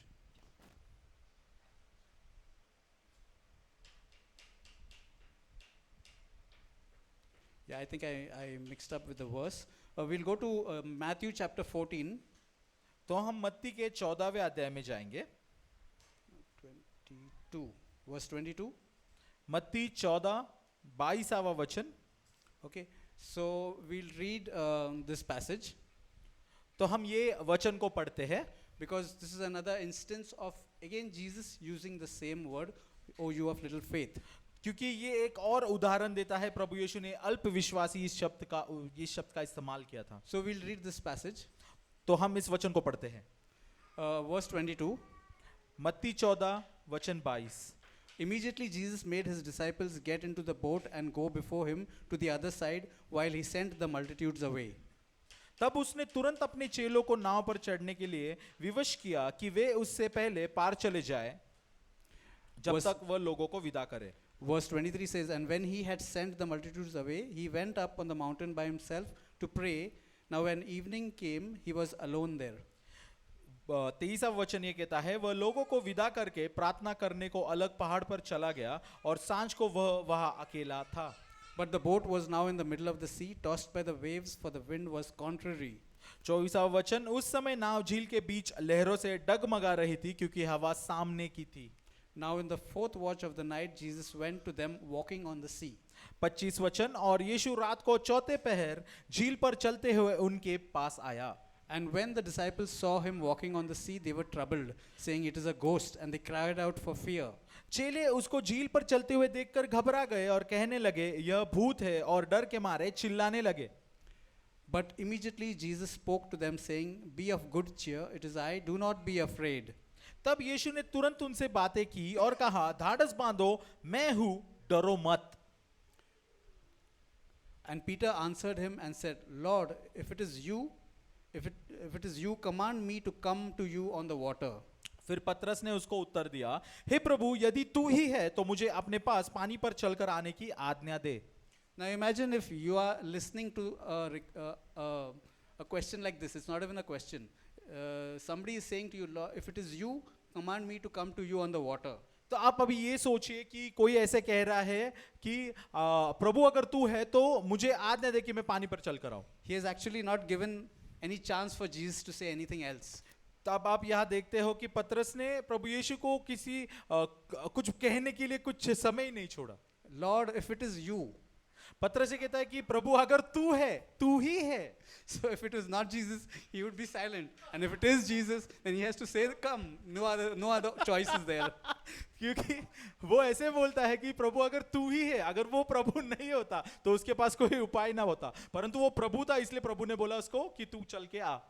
Okay, so there was no other option. Jesus had to say, come. तो प्रभु यीशु के पास कोई और उपाय नहीं था ये कहने वाला कि पतरस तू चल के आ। So he said, come, and when Peter had come down out of the boat, he walked on the water to go to Jesus. तो फिर जब प्रभु यीशु ने उसे कहा आ, तब पतरस पानी पर चलते हुए प्रभु यीशु के पास जाने लगा। Now, Peter had already started walking on the water. अब पतरस जो था ना वो पानी पर चलना उसने शुरू किया था। He left Jesus with no other option but to say, come on the water, and Peter got out of the boat and started walking on the water. तो पतरस ने प्रभु यीशु को कोई उपाय न रख छोड़ा और प्रभु यीशु ने कहा आ, और वो पतरस पानी पे चलते हुए प्रभु की ओर बढ़ रहा था। In that, Peter was successful. तो पतरस उसमें सक्सेसफुल हुआ वो पानी पे चलने पे। But next, now let's see what happens. But when he saw that the wind was boisterous, he was afraid. तो वचन 30 ये कहता है, पर हवा को देखकर डर गया, और जब डूबने लगा तो हवा को देखकर वो डर गया। So he was afraid of what? तो अभी पतरस किससे डर गया? The wind. The wind was too strong. उसने हवा को देखा कि हवा इतनी जोरदार थी और उसे देखकर वो डर गया। But earlier, just before the wind could become strong, परंतु यही चीज होने से पहले, जो हवा तेज चलने से पहले, what was Peter looking at? पतरस कहाँ पे देख रहा था? He was looking at Jesus walking on the water. वो प्रभु यीशु की ओर देख रहा था कि प्रभु यीशु पानी पर चलते हुए आ रहे थे। Obviously, it doesn't make sense to us, to our mind, when we see somebody walking on water. ये हमें, हमारी बुद्धि, हमारा विवेक हमें समझ नहीं देता कि कोई इंसान पानी पे चलते हुए आ रहा है। But he was so focused on Jesus walking on water that he had a desire to walk on that water. परंतु पतरस जो था उसका पूरा ध्यान प्रभु यीशु की ओर था कि प्रभु यीशु अगर पानी पे चल के आ सकते तो मैं भी चल के जा सकता हूँ। That's why he asked that incredible question, if it is you, then beg me to come. इसलिए उसने प्रभु यीशु को ये पूछा, हाँ अगर प्रभु तू है तो मुझे आज्ञा दे मैं पानी पर चल के आऊँ। So that shows that he was so focused on what Jesus was doing that he wanted to do the same thing. कि ये दर्शाता है कि पतरस जो था वो उसका पूरा ध्यान प्रभु यीशु की ओर केंद्रित था कि प्रभु यीशु जो कर रहा है मुझे भी वही करना है। But the next verse says, when he saw the wind, he became afraid. परंतु उसके ठीक उसके बाद वचन ये कहता है कि जब उसने हवा को देखा तो वो डर गया। So from looking at Jesus to looking at the wind, his focus shifted. तो प्रभु यीशु को देखते देखते हवा की ओर देखना, उसका जो ध्यान था वो केंद्रित प्रभु यीशु पे था, वो अभी हवा पे गया. It says further, and beginning to sink, he cried out, saying, Lord, save me. और वचन ये कहता है 30, और जब डूबने लगा तो चिल्लाकर कहा, हे प्रभु मुझे बचा. And immediately Jesus stretched out his hand and caught him and said to him, O you of little faith. फिर 31वां वचन, यीशु ने तुरंत हाथ बढ़ाकर उसे थाम लिया और उससे कहा, हे अल्पविश्वासी, Why did you doubt? तूने क्यों संदेह किया. So what did Peter do? He doubted. तो अब आप देख रहे हो पतरस ने क्या किया, उसने संदेह किया. So we see that he was focused and he was even walking on water. तो हम देखते हैं कि पतरस जो था उसका पूरा ध्यान प्रभु यीशु की ओर था और वो पानी पे चल भी पा रहा था. So he had tasted success. तो उसने उस जो सक्सेस था उसको चख लिया था. He was walking by faith. वो विश्वास के द्वारा पानी पर चल रहा था. But what happened simultaneously as he was in faith, he also had doubt. परंतु आप अगर या इस दृष्टांत को देखते हो कि उस विश्वास के साथ उसके पास चिंता भी थी. And the doubt is the cause of why he was sinking. तो वो संदेह के कारण वो डूबने लगा. Okay, again, his doubt was caused because he was not able to fully grab onto that faith. तो वो संदेह की वजह से वो उस विश्वास को परिपूर्णता से पकड़ नहीं पाया, धर नहीं पाया. An instant earlier, he was fully walking in faith. और उसी चीज के पहले वो विश्वास को पूरी तरह से थामे वो पानी पे चल रहा था. But suddenly, what happened to his faith? परंतु ऐसा क्या हुआ उसके विश्वास को. His faith started staggering. तो उसका जो विश्वास था ना वो डगमगा गया And he started to sink. और वो डूबने लगा. Now, as he started to sink, more problems started. तो जैसे ही वो डूबने लगा और ज्यादा प्रॉब्लम्स आना शुरू किए. Suddenly, he noticed that he was sinking. तो उसे उसका ध्यान अपने ओर गया कि वो डूब रहा है. And because of that, he needed to be saved. और ये डूबने की वजह से उसको कोई बचाने वाला चाहिए था. He forgot that when he was walking on the water, that was a miracle in itself. तो ये पतरस ये चीज भूल गया था कि वो एक चमत्कार था कि वो पानी पे चल रहा था. And now he came back to his human faith. और अब वो अपने मानवीय विश्वास की ओर बढ़ा.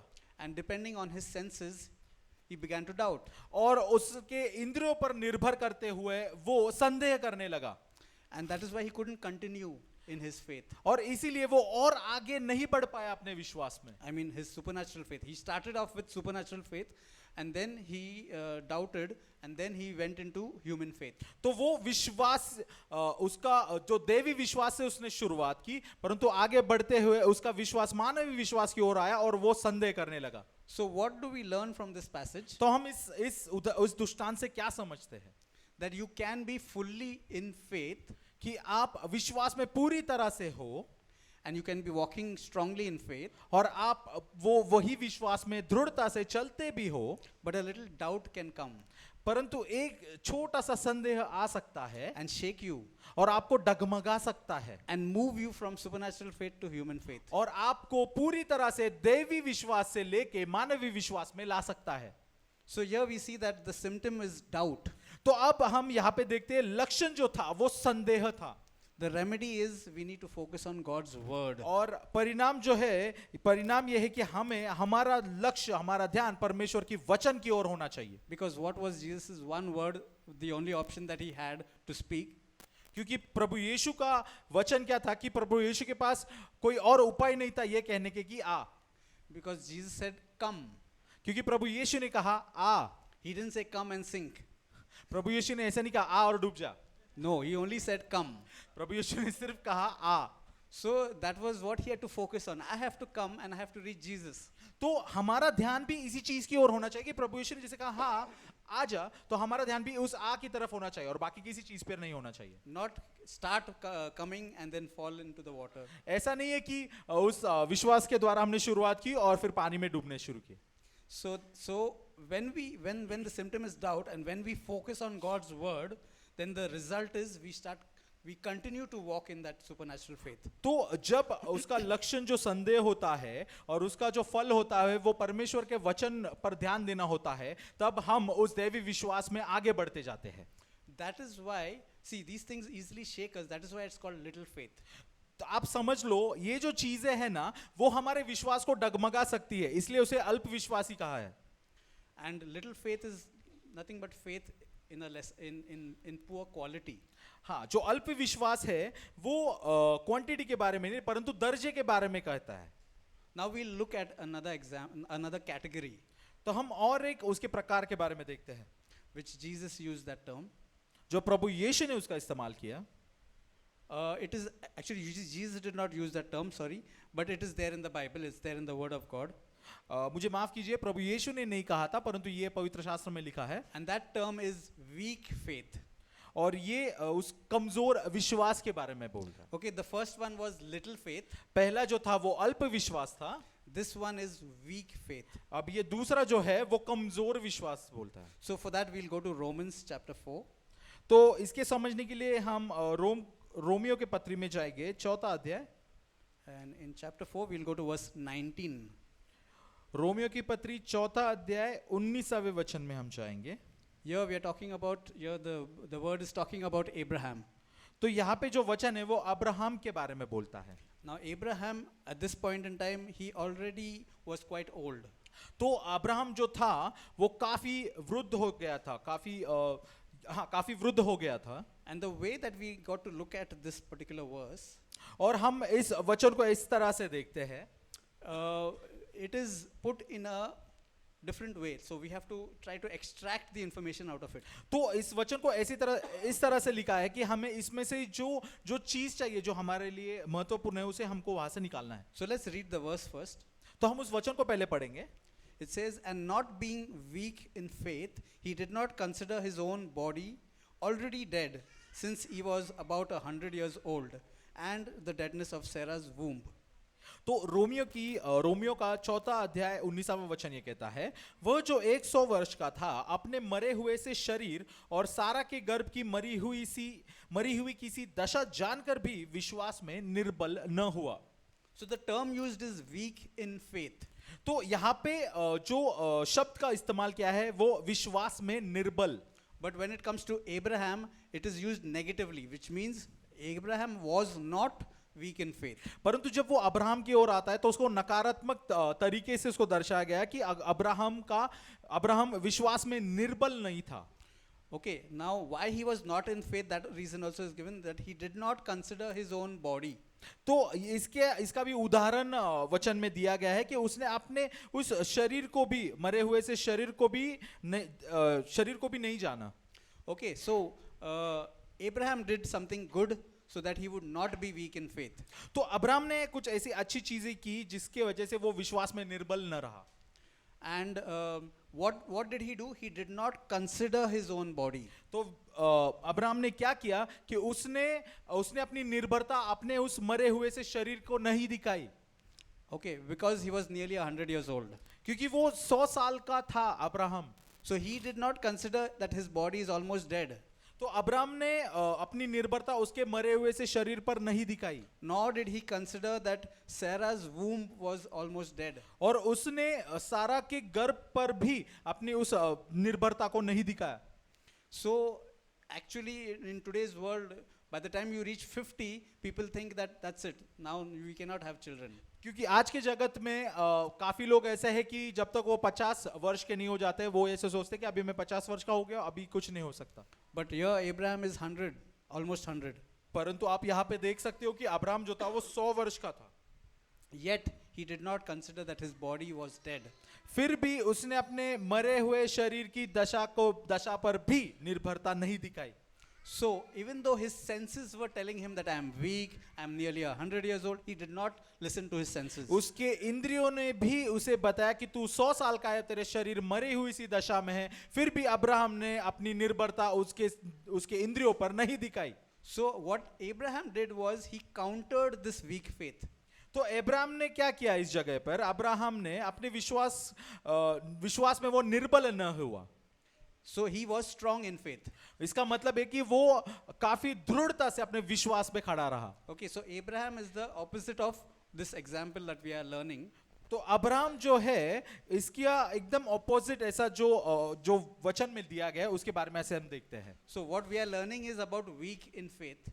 तो हम जो सीख रहे हैं वो विश्वास में निर्बलता के बारे में सीख रहे हैं. And Abraham gives us the example of how not to be weak in faith. और अब्राहम का जो उदाहरण इसमें दिया है वो एकदम उल्टा दिया है कि जो विश्वास में दृढ़ कैसा है. So if we want to overcome not being weak in faith, we need to look at Abraham. तो अगर हमें विश्वास में निर्बल नहीं हो अगर होना है, विश्वास में निर्बल अगर होना है तो हमें अब्राहम का उदाहरण लेना होगा इस वचन से. So now we need to just deduce what we have read from this verse. तो हमें अब वो सारी चीजें जो हमने अभी इस वचन से पढ़ी है उसमें से कुछ चीजों को निकालना है.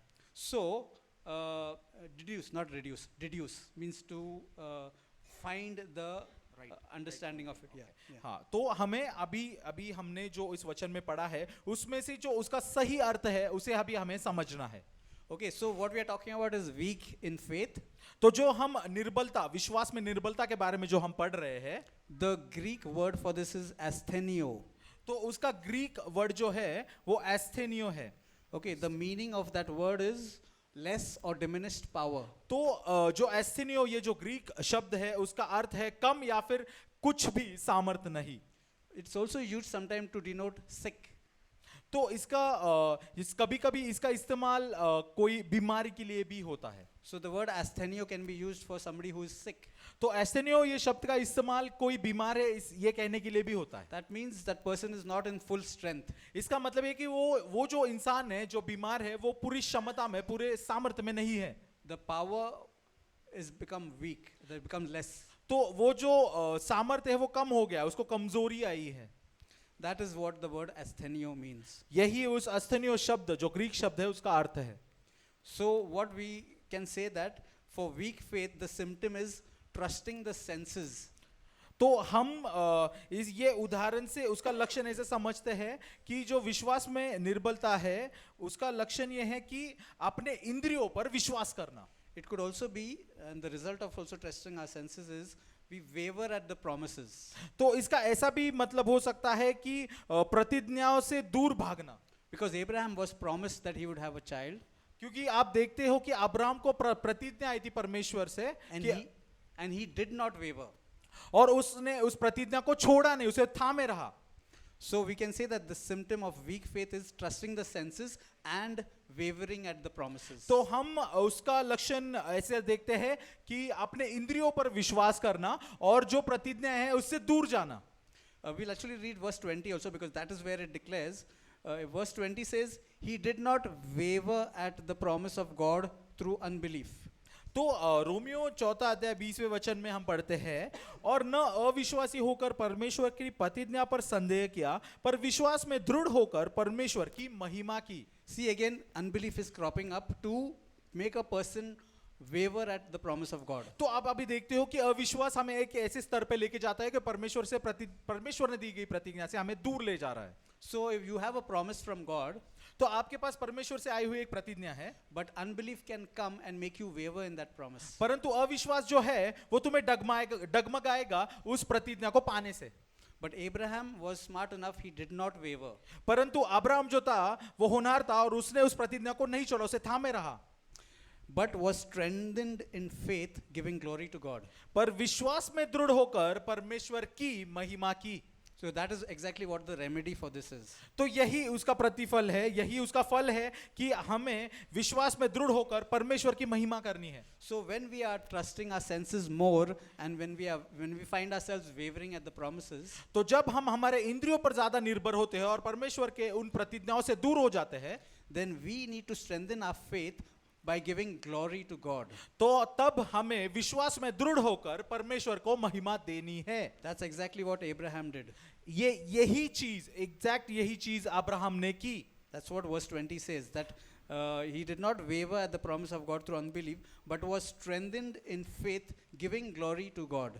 वचन 20 यही कहता है कि अब्राहम जो था और न अविश्वासी होकर परमेश्वर की प्रतिज्ञा पर संदेह किया, पर विश्वास में दृढ़ होकर परमेश्वर की महिमा की. So whenever we find ourselves wavering and whenever we find ourselves trusting our senses more, then we need to start giving glory to God. तो जब कभी हमें ऐसे लगता है कि हम हमारे इंद्रियों पर ज्यादा निर्भर हो रहे हैं या फिर परमेश्वर के प्रतिज्ञा से दूर जा रहे हैं, ठीक उसी समय पे हमें हमारे विश्वास में दृढ़ होकर परमेश्वर की महिमा करनी है. So what is the result of that? तो उसका परिणाम क्या है? we will be fully convinced of the promises of God. तो हम पूरी तरह से परमेश्वर की उन प्रतिज्ञाओं को थामे रहेंगे। That's what verse 21 says. यही वचन 21 कहता है। And being fully convinced that what he had promised, he was also able to perform. और निश्चय जाना कि जिस बात की उसने प्रतिज्ञा की है वह उसे पूरा करने में भी समर्थ है। So just imagine yourself, you have been given a promise. Let's say a prophet came and prophesied over you and you've been given a promise from God. तो अब ऐसे समझिए कि परमेश्वर का एक दास आता है और वो आपको परमेश्वर की एक प्रतिज्ञा देकर चला जाता And है let's say some time has passed by और कुछ समय हो जाता है and you think about that prophecy. और आप उस भविष्यवाणी को याद करते हैं। Unbelief will try to shake you and make you waver at that promise. तो जो अविश्वास जो है वो आपको आपका जो विश्वास है उस प्रतिज्ञा को उसको डगमगाएगा। So this will happen naturally to everyone. तो ये एक स्वाभाविक स्तर में होगा, सबके साथ होगा। But if you don't want it to affect you, then you need to give glory to God. परंतु अगर आप चाहते हो कि उस चीज का आप पर कोई भी परिणाम कोई भी असर ना हो तो आपको परमेश्वर की महिमा करनी है। When we give glory to God, our faith gets strengthened. तो जब कभी हम परमेश्वर को महिमा देते हैं, परमेश्वर की महिमा करते हैं, हम अपने विश्वास में दृढ़ होते जाते हैं। Immediately when we do that, again we can look back at that prophecy and now we are fully convinced that God, He is able to perform what He promised. और जैसे ही हम वो करते हैं हम फिर से हमारे विश्वास में दृढ़ हो जाते हैं और उस प्रतिज्ञा को पकड़कर हम उसमें और भी ज्यादा तरीके से विश्वास करते हैं। So this is the category of weak faith. तो यही उस कमजोर विश्वास को दर्शाता है। And that is what we need to do. That is, we need to strengthen our faith by giving glory to God. और हमें उसका जो परिणाम है वो यही है कि हमें विश्वास में दृढ़ होकर परमेश्वर को महिमा करनी है। Now the next category, which none of us would like to be in, और एक प्रकार जिसमें हम सब नहीं आना चाहते, is dead faith. जो मरा हुआ विश्वास है। And that is in James chapter 2. और वो याकूब की पत्री में, We'll look at verse 17. याकूब की पत्री 2 अध्याय 17 वचन में है। It says, thus also faith by itself, if it does not have works, is dead. याकूब की पत्री 2 अध्याय 17 वचन कहता है, वैसे ही विश्वास भी यदि कर्म सहित न हो तो अपने स्वभाव में मरा हुआ है। The word dead here is in Greek nekros. तो ये जो मरा हुआ इस शब्द का अर्थ ग्रीक में नेक्रोस ऐसा है। The meaning of that is lifeless or a corpse. उसका मतलब ये है बेजान, मुर्दा। Okay, that is the word used to describe dead.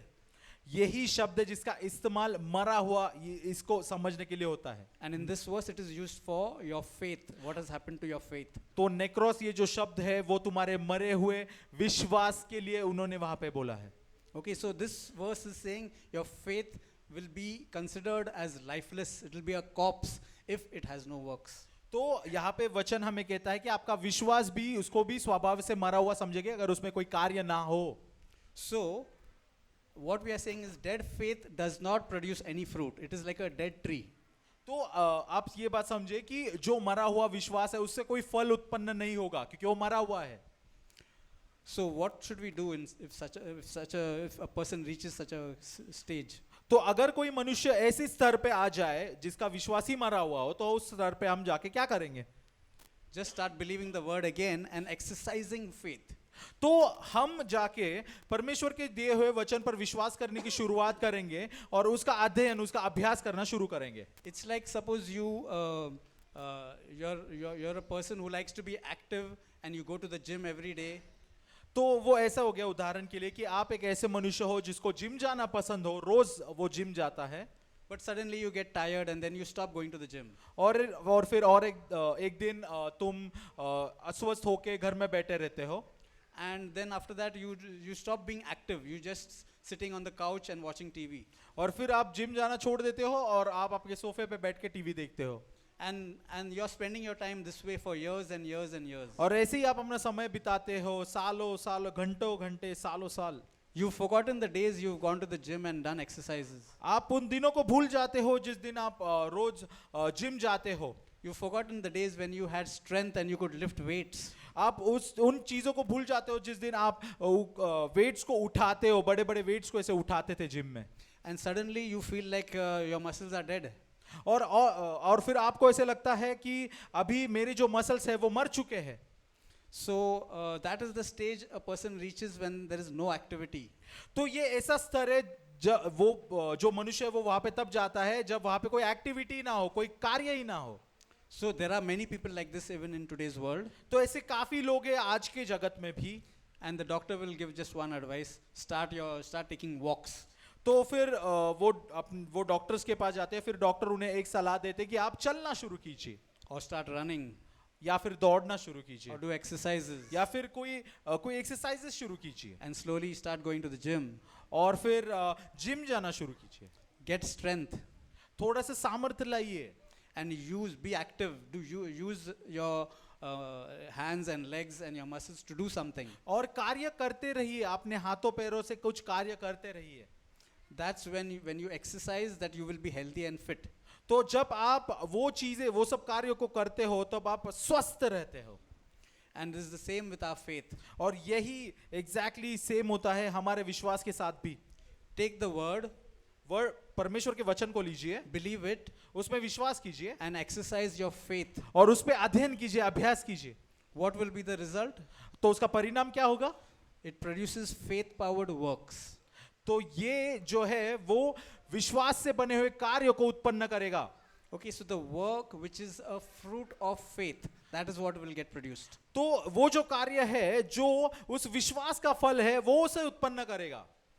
And that is how your faith will stop being dead and it will be alive. और फिर जो तुम्हारा विश्वास है वो मरे हुए में से जी उठेगा.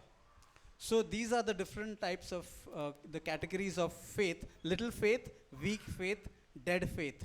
तो ये तीन भिन्नताएं, विविध भिन्नताएं मैंने बताई आपको विश्वास के बारे में, जो था अल्प विश्वास, कमजोर विश्वास और मरा हुआ विश्वास. There is one more category, और एक विश्वास भी है. and we'll go and quickly look at that as well. Matthew chapter 8.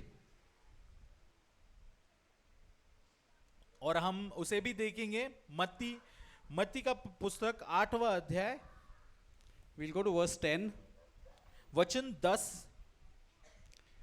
and we'll just read that verse. When Jesus heard it, he marveled and said to those who followed, "Assuredly I say to you, I have not found such great faith even in Israel." मत्ती 8वां अध्याय 10 वचन ये कहता है, यह सुनकर यीशु को अचंभा हुआ और जो उसके पीछे आ रहे थे उनसे कहा, मैं तुमसे सच कहता हूं कि मैंने इज़राइल में भी ऐसा विश्वास नहीं पाया. This is talking about the centurion whose servant was not well, who was sick, was about to die.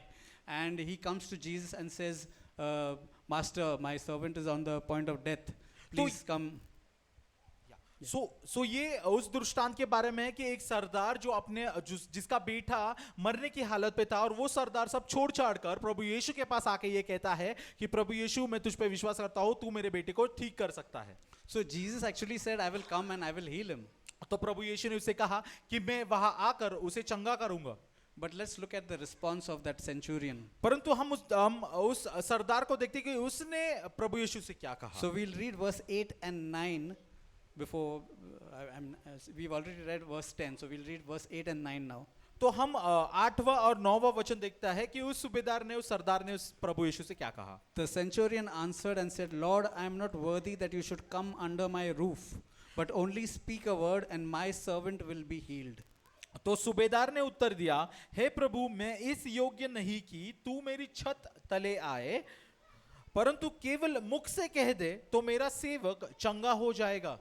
For I am also a man under authority, having soldiers under me. And I say to this one, go, and he goes, and to another, come, and he comes, and to my servant, do this, and he does it. क्योंकि मैं भी पराधीन मनुष्य हूँ और सिपाही मेरे अधीन हैं. जब मैं एक से कहता हूँ जा तो वह जाता है, और दूसरे से आ तो वह आता है, और जब अपने दास से कहता हूँ यह कर तो वह करता है. So here the centurion is saying, you don't need to come, Jesus. You don't need to come to my house. You have to just say the word, and he will be all right. तो ये जो सूबेदार है, तो ये प्रभु यीशु से क्या कहता है, तुझे मेरे घर तले आने की जरूरत नहीं है, तू सिर्फ शब्द कह दे और मेरा जो सेवक है वो चंगा हो जाएगा.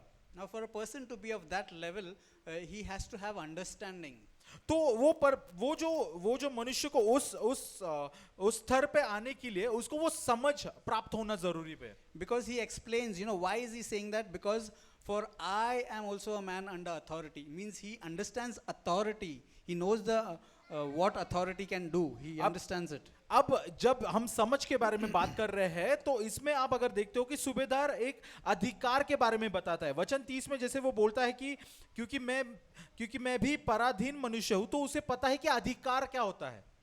So here is an example of great faith. तो यहाँ पे एक उदाहरण है जो काफी बड़ा हुआ विश्वास के दर्शाता है. The Greek word for great faith is tosutos. तो उसका जो ग्रीक में उसका जो ट्रांसलेशन है उसको तोसुतोस कहते हैं. Okay, which is also the word vast or exceeding. जिसका मतलब भव्य होता है, विशाल होता है या बहुतायत होता है. That is the word used to describe his kind of faith. तो ये जो शब्द है तोसुतोस, इसका इस्तेमाल किया है उस बड़े विश्वास को दर्शाने के लिए. And what we can understand from this passage is that this is a faith which comes with understanding. तो इस दृष्टांत से हम ये देखते हैं कि ये जो विश्वास है वो समझ के द्वारा आता है. And this centurion, he had this kind of faith और ये जो सूबेदार था उसके पास इस तरह का विश्वास था because he understood authority. क्योंकि उसे उस अधिकार की परख थी. That's why his faith bore fruit. इसलिए उसका जो विश्वास था उसने फल लाया. So such kind of faith bears fruit. तो ऐसा जो विश्वास है ना वो फल लाता है. That is the result. तो ये ही उसका परिणाम होता है. We look at one more scripture, हम और एक वचन देखते हैं. Matthew chapter 15 मत्ती का 15वां अध्याय and verse 28. 28वां वचन. Now this is about that woman who her daughter was not well, and she comes to Jesus and says that she wants him to heal her daughter. तो ये उस दृष्टांत के बारे में बोलता है कि एक स्त्री जो प्रभु यीशु के पास आती है अपनी बेटी को चंगाई देने के लिए. So we look at verse 28. Then Jesus answered and said to her, O woman, great is your faith. Let it be to you as you desire. तो 28वां वचन, मत्ती 15वां अध्याय 28वां वचन ये कहता है, इस पर यीशु ने उसको उत्तर दिया, हे स्त्री, तेरा विश्वास बड़ा है, जैसा तू चाहती है तेरे लिए वैसा ही हो. और उसकी बेटी उसी घड़ी से चंगी हो That गई. very hour she was healed. और उसकी बेटी उसी घड़ी से चंगी हो गई. Okay, so here what do we see is actually if you look at if you read a few verses ahead, Jesus was actually not going to heal her daughter. तो हम इस दृष्टांत में क्या समझते हैं? अगर आप थोड़े से ये वचन के ऊपर अगर आप पढ़ते हो तो प्रभु यीशु उस स्त्री के बेटी को चंगा करने नहीं वाला था. In verse 25 she says, Lord help me. तो 25वें वचन में वो स्त्री कहती है, पर वो आ गई और उसने यीशु को प्रमाण करके कहने लगी, प्रभु मेरी सहायता कर. And in verse 26 Jesus answered saying, it is not good to take the children's bread and throw it to the little dogs. और 26वें वचन में प्रभु यीशु ने उसे उत्तर दिया, लड़कों की रोटी लेकर कुत्तों के आगे डालना अच्छा नहीं. Now if that lady had to go away, then her daughter would not have been healed. तो अगर ये सुन के अगर वो स्त्री वहां से चली गई होती तो उसकी जो बेटी थी वो चंगी नहीं हो गई होती. But it is always the Lord's desire to heal. परंतु ये हमेशा परमेश्वर की इच्छा है कि चंगाई को देना. It's just that he wants us to move into faith before we can see the healing. तो परमेश्वर की ये भी इच्छा है कि हम विश्वास में आगे बढ़े कि उस चंगाई को प्राप्त करें जो उसने हमारे लिए रखी है. So he said to her that it's not good to take the children's bread and throw it to the little dogs. तो प्रभु यीशु ने उसे उत्तर दिया, लड़कों की रोटी लेकर कुत्तों के आगे डालना अच्छा नहीं. At this point she could have easily got disappointed and said, oh, I thought that I would get my daughter could have got healed, but no, let it be, let me go. तो ये समय पे ये सुन के वो उदास होकर ये भी कह सकती थी कि वो चली भी जा सकती थी और उसकी बेटी चंगी भी नहीं होती थी. But she did not give up. She said, even the dogs get some crumbs, right? परंतु उसने फिर भी वहां पे खड़े होकर प्रभु यीशु को ये कहा, सत्य है प्रभु, कुत्ते भी तो वो चूर चार खाते हैं. So Jesus saw her answer and he marveled over here as well. And he said, oh woman, great is your faith.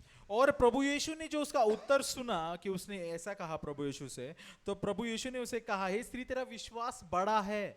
And the daughter was healed that very hour. और उसकी वो स्त्री की जो बेटी थी वो उसी समय चंगी हो गई. So we saw that this woman, she never gave up, she persevered. तो यहाँ पे दिखता है कि वो स्त्री ने प्रभु यीशु का वो सुन के वो छोड़ा नहीं, उसको हिया बांध के उसे धरे रहा, उसे थामे रही. So here there is an example of great faith. Here the Greek word used is megas. तो यहाँ पे वो काफी सा बड़ा विश्वास बड़ा है जिसके बारे में बताता है. उसका जो ग्रीक वर्ड है उसका अर्थ है मेगास, Which means abundant, lots. उसका मतलब है बहुतायत से, विशाल, काफी घना. Now this is the faith which comes with perseverance. तो ये ऐसा विश्वास है जो थामे रहने से हमें प्राप्त होता है.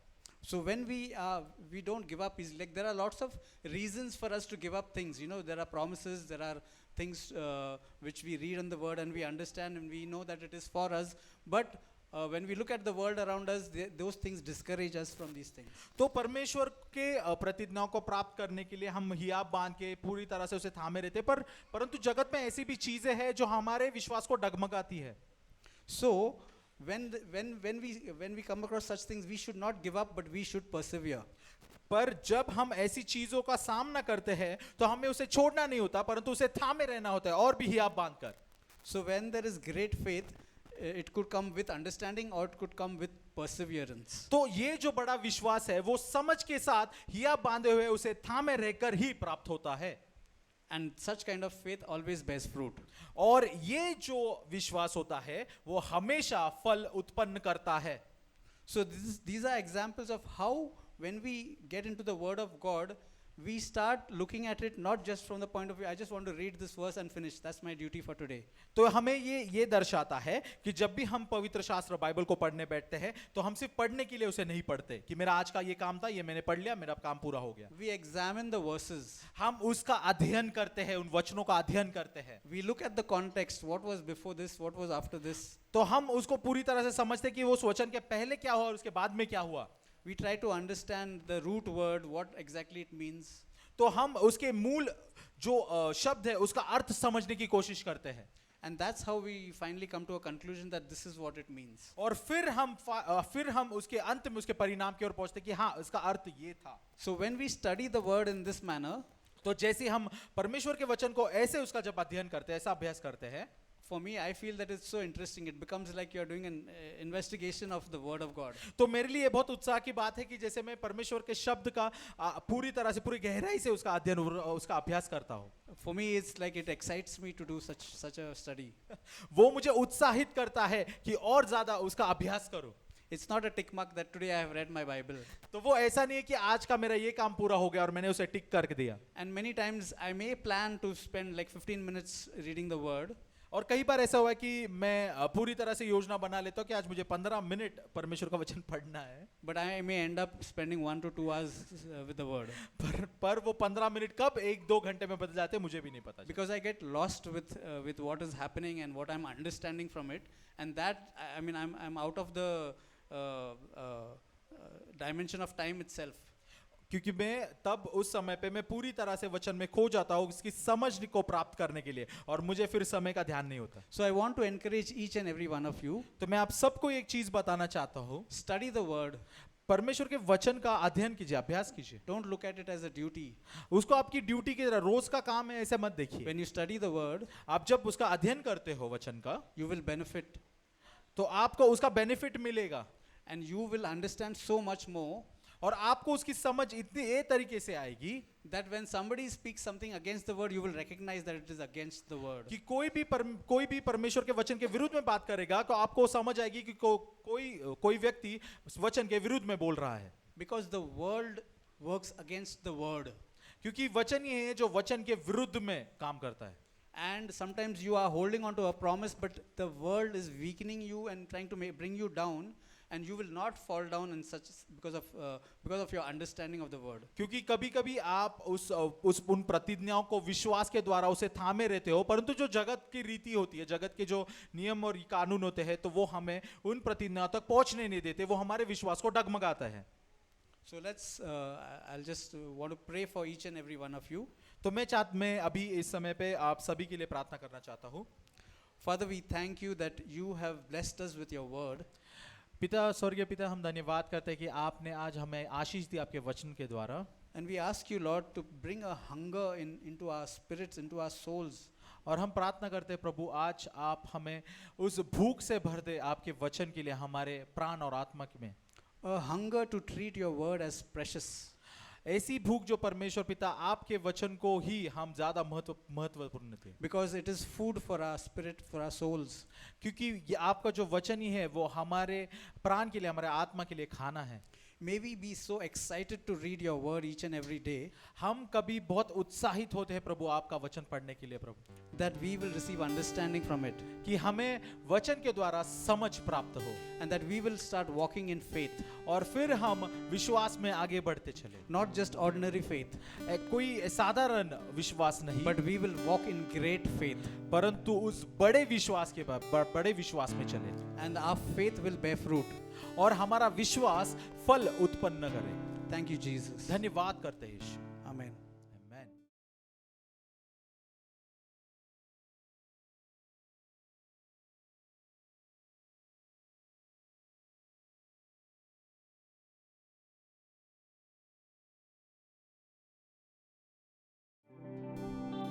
हालेलुया। हम सब खड़े हो जाएंगे। आशीर्वादित हुए हम लोग विश्वास में सीखते जा रहे हैं। आमीन। मेरे को तो बहुत कुछ सीखने को मिला।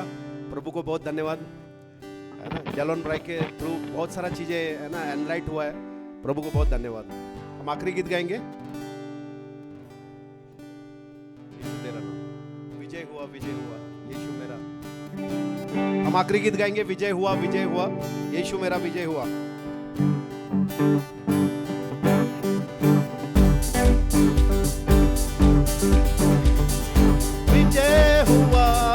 विजय हुआ यीशु मेरा विजय हुआ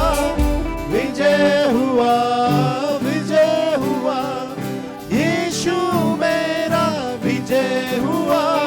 शैतान हारा हुआ, मेरा यीशु विजय हुआ।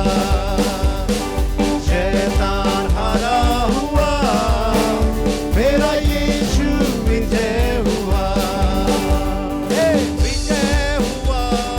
विजय हुआ यीशु मेरा विजय हुआ। विजय हुआ यीशु मेरा विजय हुआ। शैतान हारा हुआ, मेरा यीशु विजय हुआ।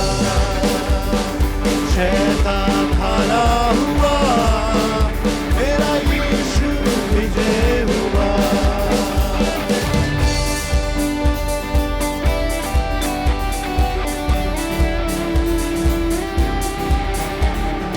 यीशु ने क्रूस पर शैतान के सर को कुचल दिया। मृत्यु पर विजय होकर हमें विजयी जीवन दिया। यीशु ने क्रूस पर शैतान के सर को कुचल दिया।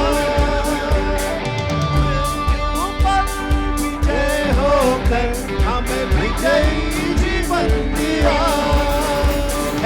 हालेलुया, हालेलुया, यीशु मेरा विजय हुआ।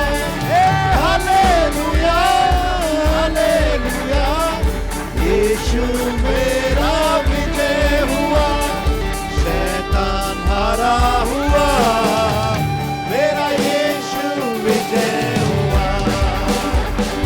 शैतान हारा हुआ, मेरा यीशु विजय हुआ। ओ विजय हुआ यीशु मेरा विजय हुआ। विजय हुआ